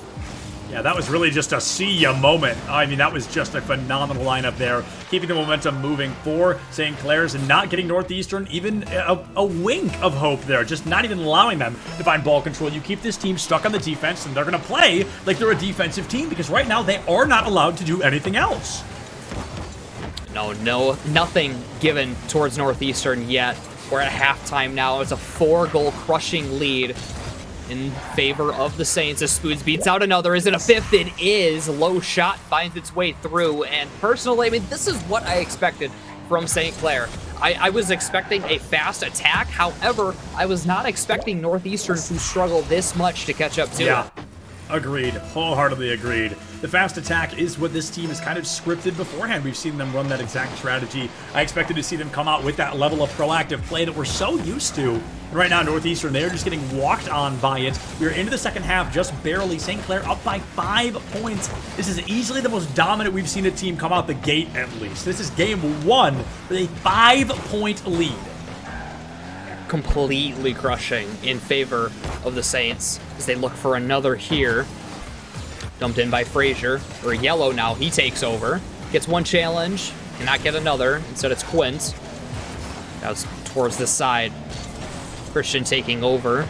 Nobody challenging him really. Now finally Yellow comes up, he gets the ball out. Can he get there to keep the ball in? He can't. However, Frazier is there off the side, into the corner. Is anybody around? No, nobody following up that pass. And because of it, still held scoreless is Northeastern with 90 seconds left. In either way, a 5-goal comeback nearly impossible. They're really not finding any momentum to try to head into the future games of this series with. Yeah, I mean, it is all but impossible for Northeastern to find 5 points. Maybe they find 1. Like we said, taking momentum into game number 2 would be colossal for this team, but that might not even be a possibility, Powder, as they are just being walked on right now by the members of SCC. The clock ticking against them consistently. We're down to 60 seconds, essentially 1 per 12 seconds. Northeastern, they're going to have to kiss game number 1 goodbye. This is even worse than the Boise game number 1. This is a very unlucky start.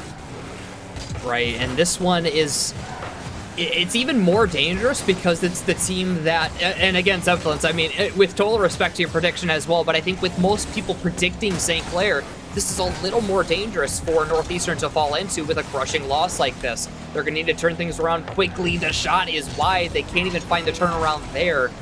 And with 30 seconds left, I mean, this one, it was over a couple minutes ago. It's something that Northeastern's really going to need to take the time to figure out how to come back from in game 2.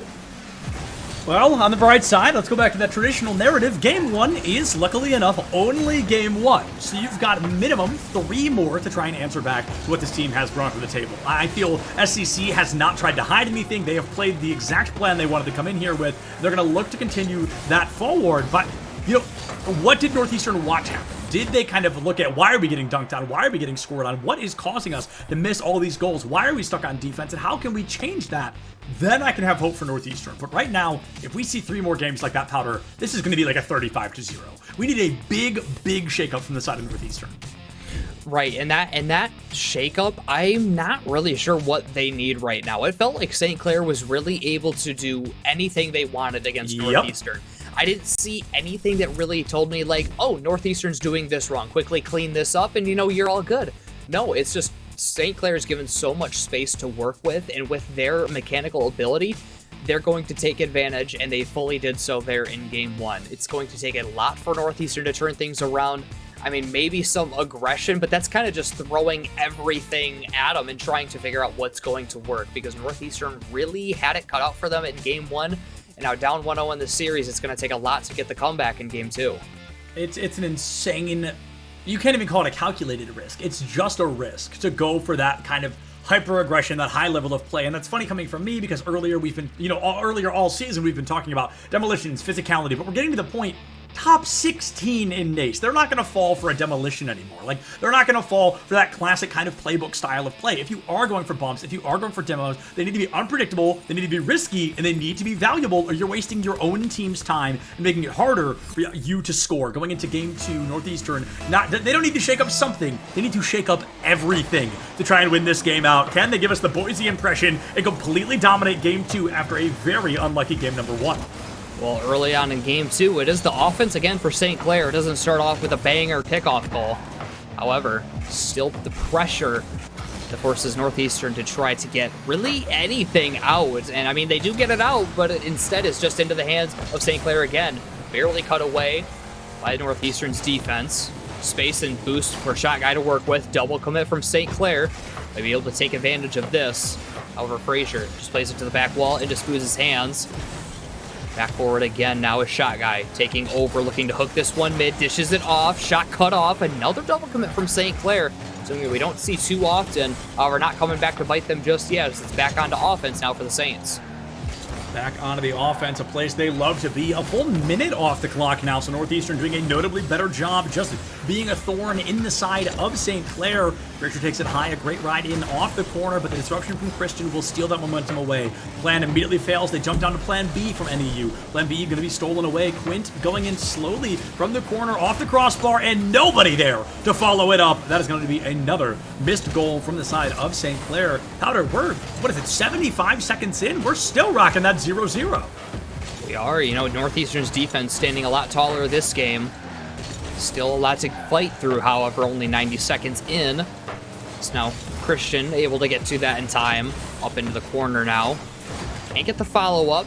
Maybe a counterattack on now for Northeastern. A misflip there, but it's actually Quint taking over.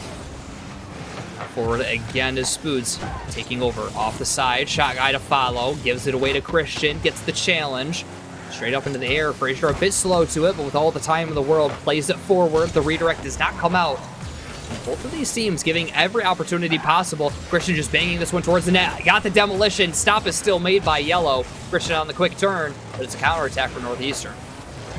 Counterattack for Northeastern here, and they have definitely gone and kind of reanalyzed their playbook a little bit, Powder. They're coming in with a much more dominant play style. Perhaps they offered a little too much respect to the legends known as St. Clair. Maybe they realized we've got to fight back. If we just lay down and get rolled over, we're going to lose this. We need to change something, and something they have changed. They haven't scored yet, but they haven't allowed St. Clair to score either. And in this current scenario, I would say that's just as valuable as scoring itself. As long as you can keep it at this 0-0, you are always 1 point away from winning. Frazier, a phenomenal defensive play there. The secondary attempt in off the top right corner, the close post, gonna get in the way, and all of a sudden things looking rough for the side of St. Clair. They could have taken the lead, but coulda, shoulda, woulda.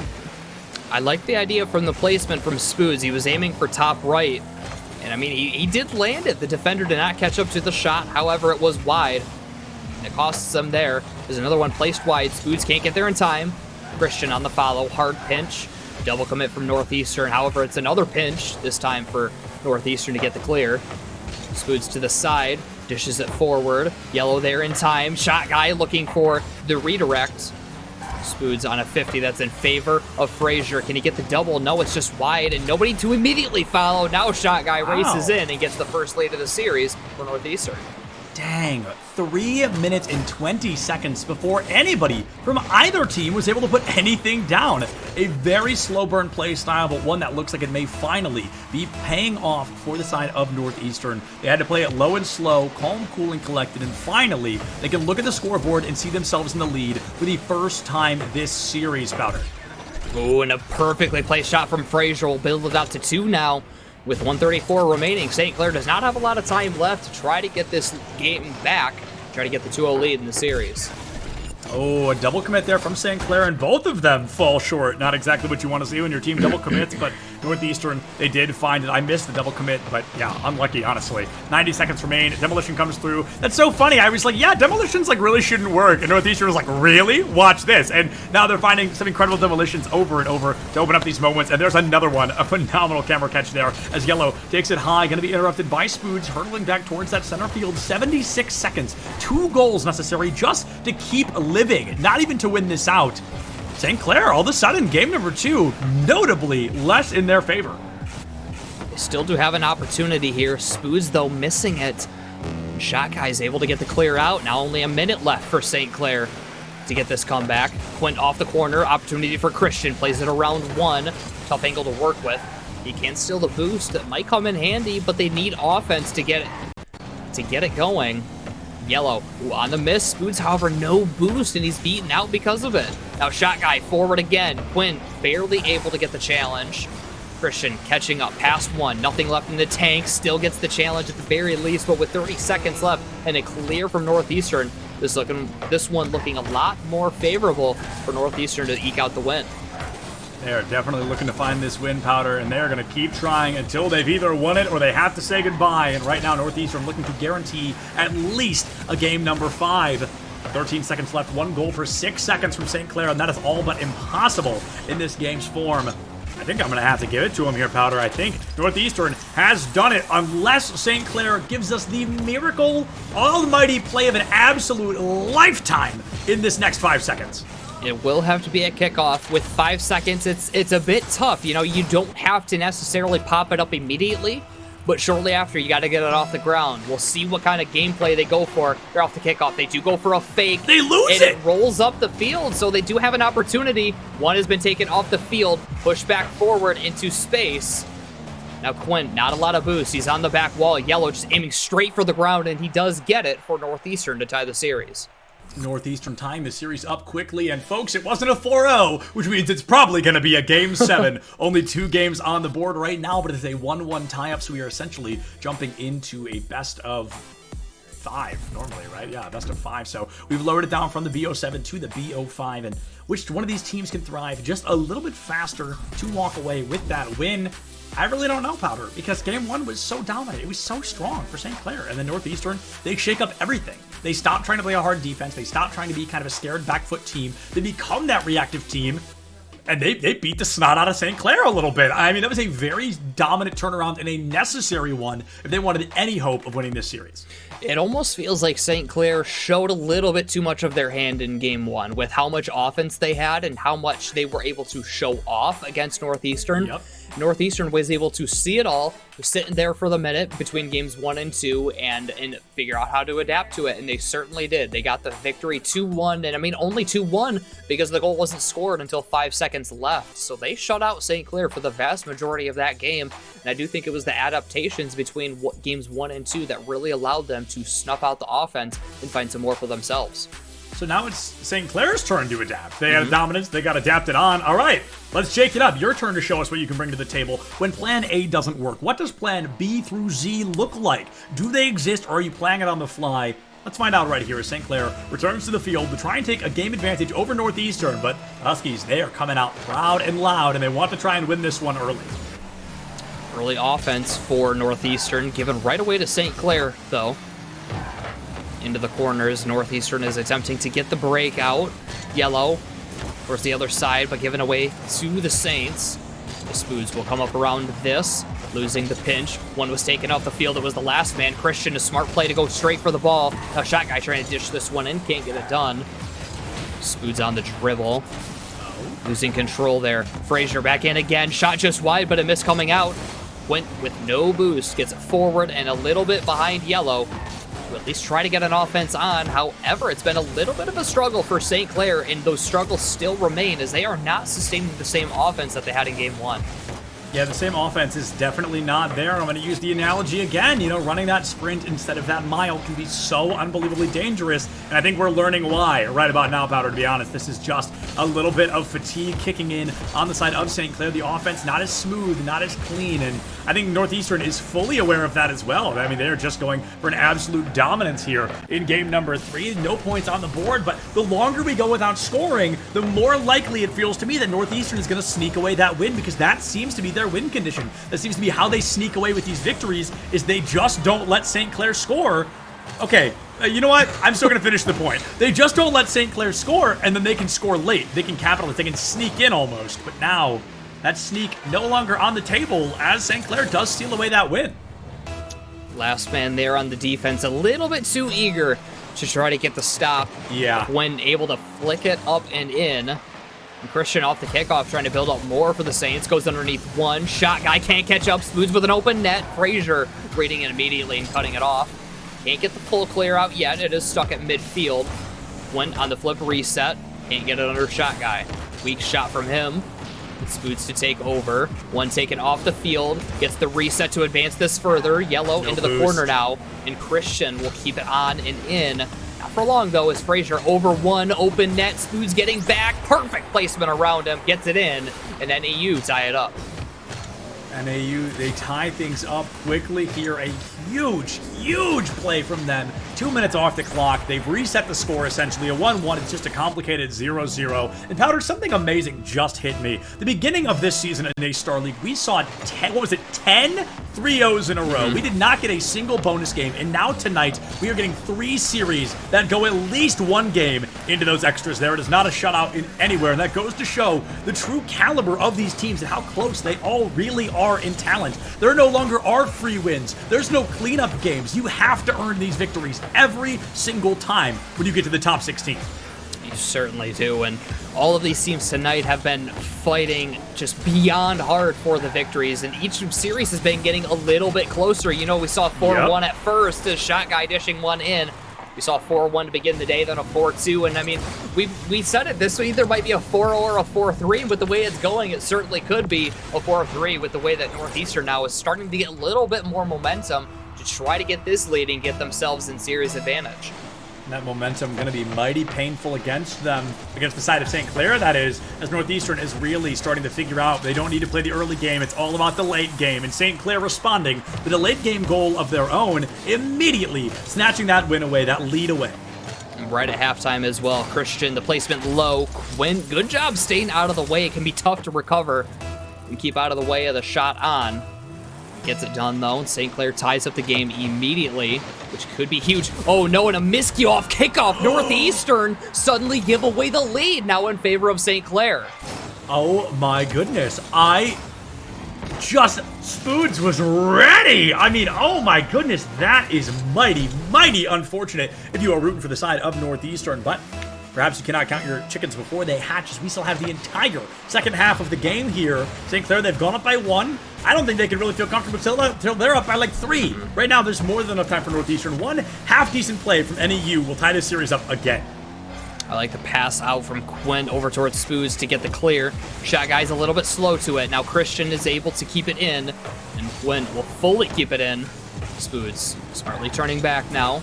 Does make the turn. Shot guy successful challenge down, getting the bump. Now Yellow alone as Christian racing towards him. Quinn pushing it forward. The stop barely made. And now Shot guy on the turn, trying to get the clear out. Will do so successfully and try to get Northeastern University back into this game after they gave away that lead they had just for a few seconds. That lead was major for the side of NEU and St. Clair. They've now answered, like you mentioned, with a lead of their own. They've got it pocketed, and they want to keep running with it as long as they can. Down to the final 90 seconds. This game is pivotal for how the rest of the series may fall apart before us, simply due to the fact that whoever wins this takes that guaranteed lead. Looking at the rest of the series, they will be up 2-1, and with 80 seconds left, Northeastern has to answer back quick. They need to at least force an overtime if they want to try and win things out here, but St. Clair, they are not the type of team to make the same mistake twice, and as they've been scored on twice already, I'm not sure we're going to see a third. Northeastern's going to have to bring it out if they want to get that third to tie things up. Getting the stops defensively now when needed. It was just that kickoff goal that gave away the lead completely. Now finally back on offense. A good play set up here. Yellow getting around on it. Can't take the challenge to knock it home. Shot guy will keep the offense on. Not for long. Up to the other side where Spoods awaits. Off the side, beating out 1. Yellow to follow into the corner. Quint to follow now for St. Clair. Faking out 1. An awkward play from Shot guy, but the demolition opens things up. Now it's a 1-on-1 down the field, around 1. But Christian off the respawn will put it out to midfield. And the full clear from Quint. Full clear from Quint will be there to clean the team up in a moment where they really needed it. St. Clair, they're not about scoring anymore. They're playing the most complicated game of keep away that we've ever seen here in A-Star League, simply due to the fact Northeastern puts 1 point in. Oh my goodness, third time still not going to be the charm, but they need to put 1 point in to tie things up with only 10 seconds left. A shakeup needs to happen, or they have to kiss game number 3 goodbye. Their backs won't be completely against the wall, but SCC will be halfway done with their goal of finding those 4 games to move on. Good push in from Christian. Looking to take one off the field and does so. And that one will find the ground. Amazing. St. Clair, I mean, that got a little bit scary. They should have had a free goal there at the end, but I think the recovery was a little bit off, and that kept it alive for Northeastern to try to get the other goal, but a good job of holding the offense on. They get the victory, and you know the series is clearly going to be hard fought. This one is unfortunate for Northeastern because to have the lead and you give up the goal shortly after the kickoff, you know, okay, no big deal. We'll go next. Then off the kickoff, you slightly misflip. Spoods is there on the cheat to knock it in. You give up the lead, and that is the goal that wins. that hurts if you're Northeastern. They need to reset completely after this game. They're only down 2-1 in this series, but it's one that they not necessarily should have won, but it should have been closer than what it was. I agree. And it's funny, we're seeing the battle of adaptation here, right? I mean, St. Clair wins super aggressively. Northeastern, they adapt, they win. St. Clair, they adapt, they win. We're back to the beginning of the cycle. It's Northeastern's turn to adapt all over again. They need to answer back, but with this little cycle game they're playing right now, they're just going to lose 4-3 because St. Clair found that first win. They need to win 2 in a row. They need to take the lead 3-2 to put themselves to give them any hope of being able to win out this series, and that, of course, all relies on what we're going to be seeing next. Will this be a 4-1? That depends on what St. Clair does next. If they take the 3-1, I'll be confident to say a 4 won't be far behind. But if Northeastern can put another kind of notch on the board, tie things up 2-2, then we're absolutely going all the way. Yeah, this one I don't feel is as drastic as what we saw at the beginning of the day with Rochester, Michigan Tech.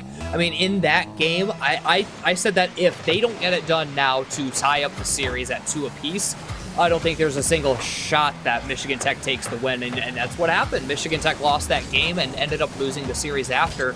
For Northeastern in this game, I don't think it's as severe. I think even down 3-1, they still have a good shot at taking a win. However, it's still going to be much harder than if they were to get the win here to tie the series. So it still is key. It's still huge for momentum for Northeastern to try to dig out this victory, try to even the series back up at 2 apiece. I will say, Powder, I'll be you this time. I do think they need this, or they're going to lose. I think this is a very pivotal moment. I think St. Clair taking this 3rd game win will show that momentum is fully and confidently in their favor. And I think if Northeastern can answer back fully, they can set us entirely back into essentially a best of 3, and they can keep the momentum shifted in their kind of line of sight. But if St. Clair wins out that last game, they win out this game, I've got a gut feeling they're going to win out the next one. Northeastern needs to break up this momentum right now, where they might lose this series out 4-1. 1 minute in, not much has happened, but it has been a lot of Northeastern offense. We haven't seen the Saints really mount an attack just yet. Been doing a good job of holding the attack all for themselves as it's pushed forward again. Shot cut off the crossbar. Christian desperation clear. He can recover in time. Can he steal the 100 boost? Nobody can get the flick midfield. Now, desperation on the side of Northeastern. End up missing the ball, but Spoods misses it as well.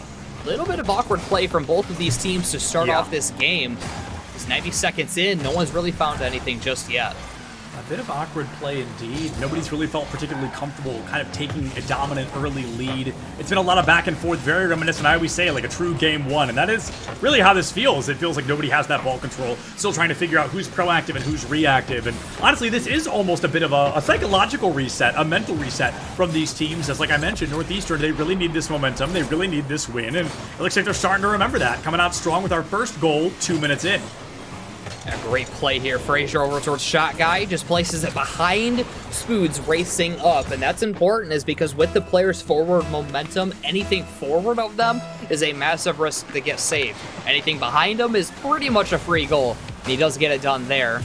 Quint gets bumped off the play, still recovers. Christian takes over. Good, long clear out from Frazier.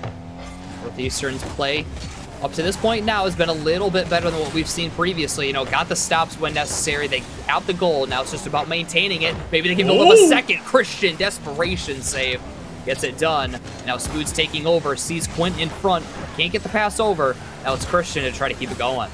You never want to be the team throwing out desperation saves, but sometimes you just gotta. You know what I mean? Like, sometimes you've got to go in quick. You got to make sure it's not a double commit, but you've got to send somebody out early. It's a high-risk, high-reward scenario, and the risk was absolutely worth the reward in that moment. 2:20 left on the clock. Northeastern up by just that 1 point, and SCC more than enough time to answer back, but Northeastern, they're really getting a lot better at kind of canceling out the hopes of St. Clair's, but you just can't block them all, Powder. And Northeastern learning that the hard way. We're tied up again, 1-1. This from Northeastern is another devastating because Shot Guy, he gets the clear, but because he bounces it off the post, it's a perfect pass to St. Clair.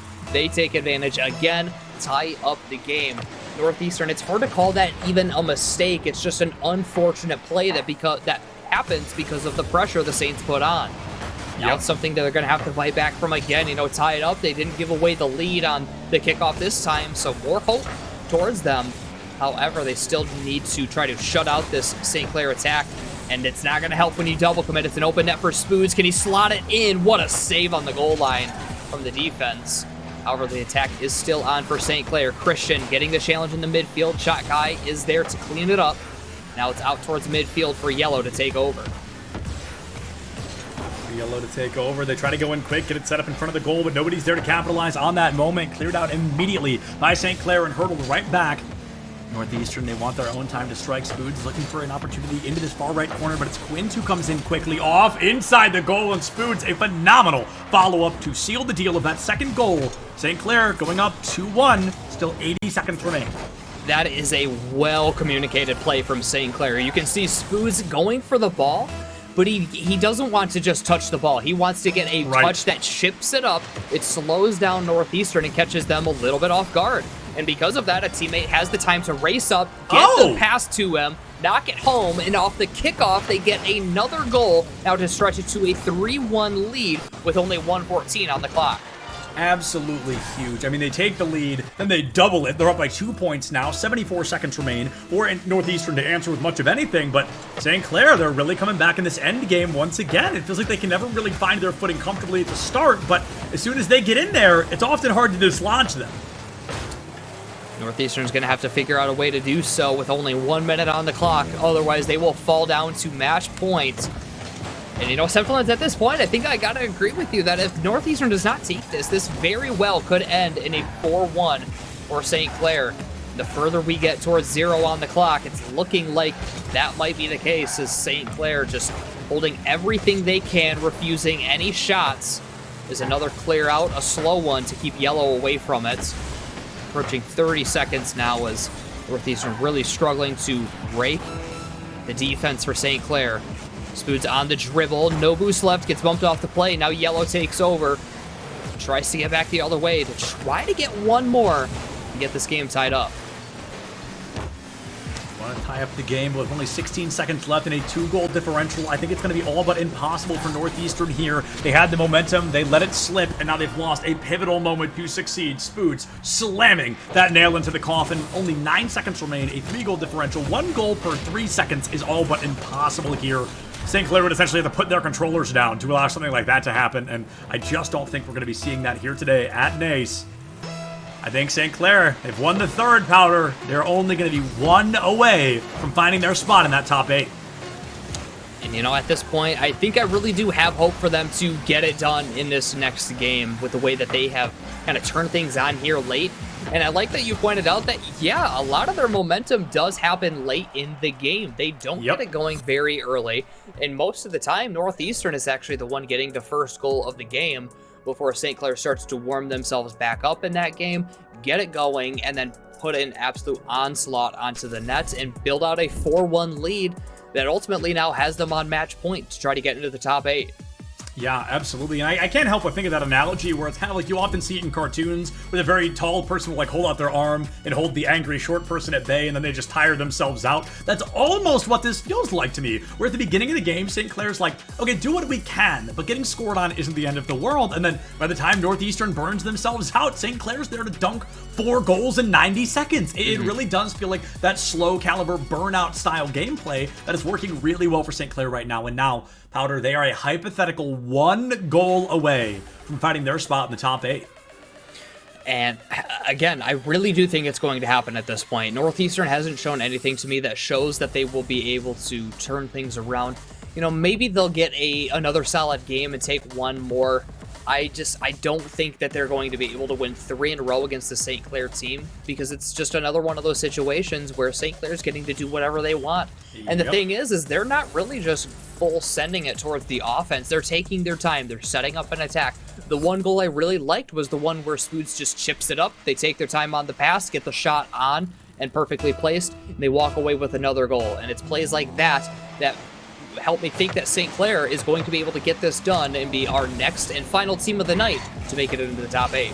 Absolutely, Powder. Let's use this Game 5 to give a big shout out to BetterHelp. Look, everybody, there's a QR code. You should get out your phone and scan it because that's cool. And I didn't realize it was on there until right now, so this is a true reaction. But be sure to use code, I assume that is OB1D8. Might be a 0. Somebody in chat will clarify. 20 seconds off the clock. St. Clair now going to have a bit of momentum here in their favor. Christian has it stolen away. Shot guy takes it a little too shot high. And all of a sudden, SCC has to fold back and push forward through the offense of NAU. A very high-risk play, but they take the ball all the way down and out into the back third of Northeastern. And the capitalization was not there.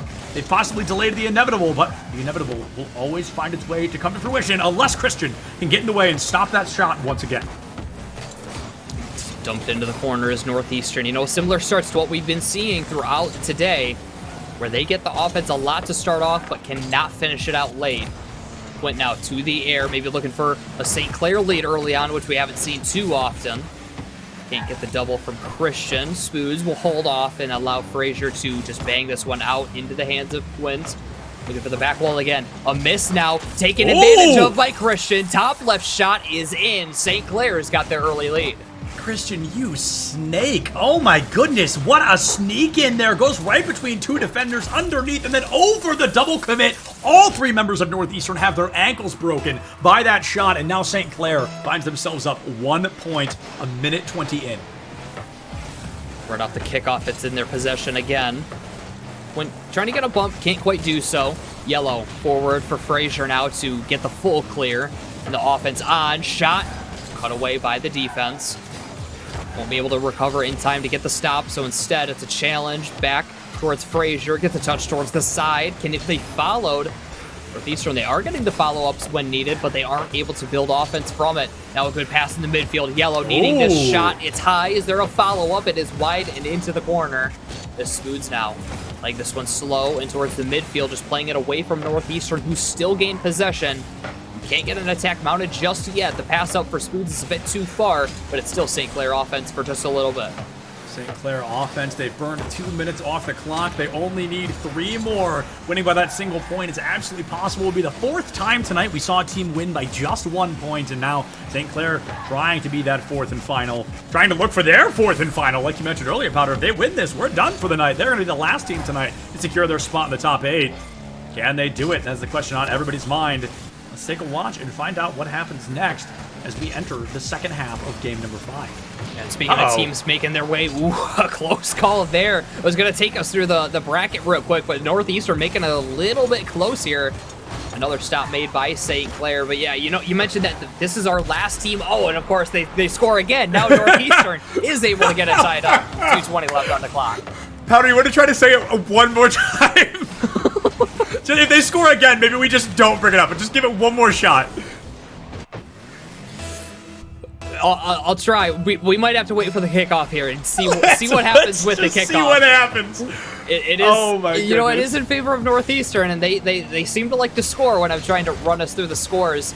It is yellow forward again. Spoods on the stop, trying to look for an awkward double tap, and Spoods barely getting that one put away. Frazier keeping the offense on into the corner, plays it low. Yellow on the low shot off the post is a follow there from Shot Guy. He chooses to play it slow, which is not what they needed, and it's St. Clair offense. Absolute bummer there for the side of Northeastern. They fall so close, but close just not gonna cut it, Powder. They needed to put those numbers on the board. They needed to find that goal lead over St. Clair in these final 100 seconds, but a final 100 they may be if St. Clair can snatch this lead back, but as this number continues to tick down, it is anybody's game until we see that 0 on the clock. Ooh, good stop from Quint to stay there in the midfield as demolitions rained all over the field. Put out right into Christian's hands. A bump comes out. Low shot caught off by Shot Guy. Spoods on the turn, just dumping this one back, giving his team time to get back and keep it away from Northeastern. Quint forward into the hands of Shot Guy. Spoods there to cut this one off. Looking for the double. Gets it down the field. Frazier forward into Quint. Low shot cut off by Spoods. Can't find the angle. It is a tough one to work with. Christian, now he looks for the double. Neutral challenge. Spoods is there. Off the crossbar. Down for Shot Guy. Giving it away to Quint again. Northeastern struggling now to break out. They keep giving it into St. Clair's offense. Maybe now a full clear out. Not quite yet. It's Quint. Chip shot free. forward. Yellow getting there in time. Now St. Clair doing anything they can in these final 30 seconds to keep the offense on. There was a moment just a second ago I said that's free because I knew Quint was right behind him, but just kind of gives up on the strategy. Goes for a different approach and a different attempt there. I don't know what the idea was. I thought a demolition would follow through to a guaranteed goal, but guaranteed, clearly it was not, Powder. 20 seconds left on the clock. St. Clair, 1 goal away from greatness here, from reaching the stars, from reaching that top 8, but Northeastern 1 goal away from forcing St. Clair to go at least 5 more minutes. Down to single digits now. A great attempt coming out from St. Clair, but great, not going to cut it. It needs to be perfect to win this out. As that is another shot from point. We're not going to find it yet, Powder. That's going to be an overtime. Golden goal scenario. Northeastern. This is it for them right here. Possibly 1 goal from their season ending. They need to get this victory. Send it to a game 6. And St. Clair, with space given early on in this overtime. Demolition on 1. Christian placing it wide. Can he get the follow? It's a miss. When on the follow, shot is up. No! The save is made. Can he get the follow? Spoons is there, knocking it home, and St. Clair is out of the top 8. Oh my goodness, I know we're gonna get a replay of that. That was the second shot blocked. It was the 3rd try with the demolition immediately after. That is a from the grave goal right there. But Powder, it is a goal nonetheless, and it is the golden goal they needed to make their spot in top 8. A phenomenal matchup. But St. Clair, they came in undefeated, they're leaving undefeated, and they move into the top 8 tomorrow. And you know, this, to be, at least for me, was to be expected from St. Clair. I think it ended up being a little bit closer than what we did expect. Definitely. We thought either 4-0 or Game 7. We ended up seeing the 4-1. Either way, Northeastern did have a great fight. Unfortunately, though, St. Clair is just too tough of a roster to deal with. They get it done in the end, clutch it up in overtime, walk away with the victory, and are our final team of the night to clinch that quarterfinal. Clinch that quarterfinal indeed, Powder. St. Clair has done it. They have jumped up to the ranks with Boise and Rochester. I knew it was an R. I almost said a different R team, and it was better to stop talking than to name the wrong team, but I got it. Boise and Rochester. So now we've got 3 teams of 8. And Powder, I don't want to put you on the spot right away. Do we have confirmation on anybody else right now? We do have some. There are a couple others that I'm not 100% sure on, but according to the bracket, we do have several that have finished up. You know, Northwood did come away with a 4-0 victory against Missouri State. That's to be expected. One over the 16 team. Obviously, we had Boise State over ETSU, Rochester over Michigan Tech. We did see, or off stream, 2 seed versus 15 seed. West Virginia did take down Davenport University, who had a deep run making it into top 16 alone. It was a 4-2 win for West Virginia. Keanu.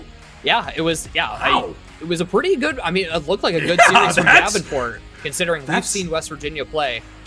Looking down further into the bracket, 7 seed, 10 seed, Keanu over King, 4-0. That is to be a bit expected, to be honest. Bruton Parker 3 over the 14 seed with a 4-0 victory, pretty dominating. Again, to be expected. So those are our teams who I can guarantee are into the top 8. There's a couple others that are going to be finished up off stream. Can't guarantee those just yet, but for the most part, we do have this top 8 settled. I'm glad you're ending with Bruton Parker there, because I do want to talk about them a little bit, both in and out of NACE. I have seen them in a couple other collegiate Rocket League programs, and they are dominating the game right now. They have won, I think, 2 that I'm aware of, and there's probably some that I'm not aware of. They 4-0 to make it into the top 8 today. They are definitely, I don't want to call them a sleeper team, but I feel they are lesser known to a certain extent, and I want to give them that credit. I want to give them that recognition, because this is a team I really think we need to keep an eye out on. I think top 8 is not where they are going to fall. I think they are minimum top 4. Yeah, but based on the 2 teams they'll go against in the quarterfinal, it's either going to be Mizzou or St. Edward's University. I'll be honest that either way, I think that Bruton Parker has that advantage. It's either a 6 seed or an 11 seed, and not even just based on seeding, just based on what I've seen from this team, I still think that Bruton Parker honestly could 4-0 whoever they go against. I'm really sure it'll be closer, but this is such a all-around great team that I expect a victory either way from them to make it into the semifinal. Yeah, now semifinals, I'm not going to guarantee them a spot in grands by any means, but I do suspect them to be in the semis at the very least, where they will meet other absolute colossals at that point, absolute titans through and through, and one of those titans, of course, being St. Clair. I mean, we got to talk about, again, a very great start, a very back-and-forth kind of 50-50 style play, but that is of no fault to St. Clair. That is an example of the caliber of play we are at now. When you enter the traditional NACE Star League season, we have a lot of teams from a lot of ranks, but to make it to top 16, you've got to meet the bar. You've got to pass the grade, and every single team here has obviously done that. So St. Clair, No free win, but a win regardless. They earned it, they deserved it, and they've secured that spot in top 8. Now let's jump over and see who we're getting to chat with from the side of St. Clair's. We get to talk a little bit more about the game.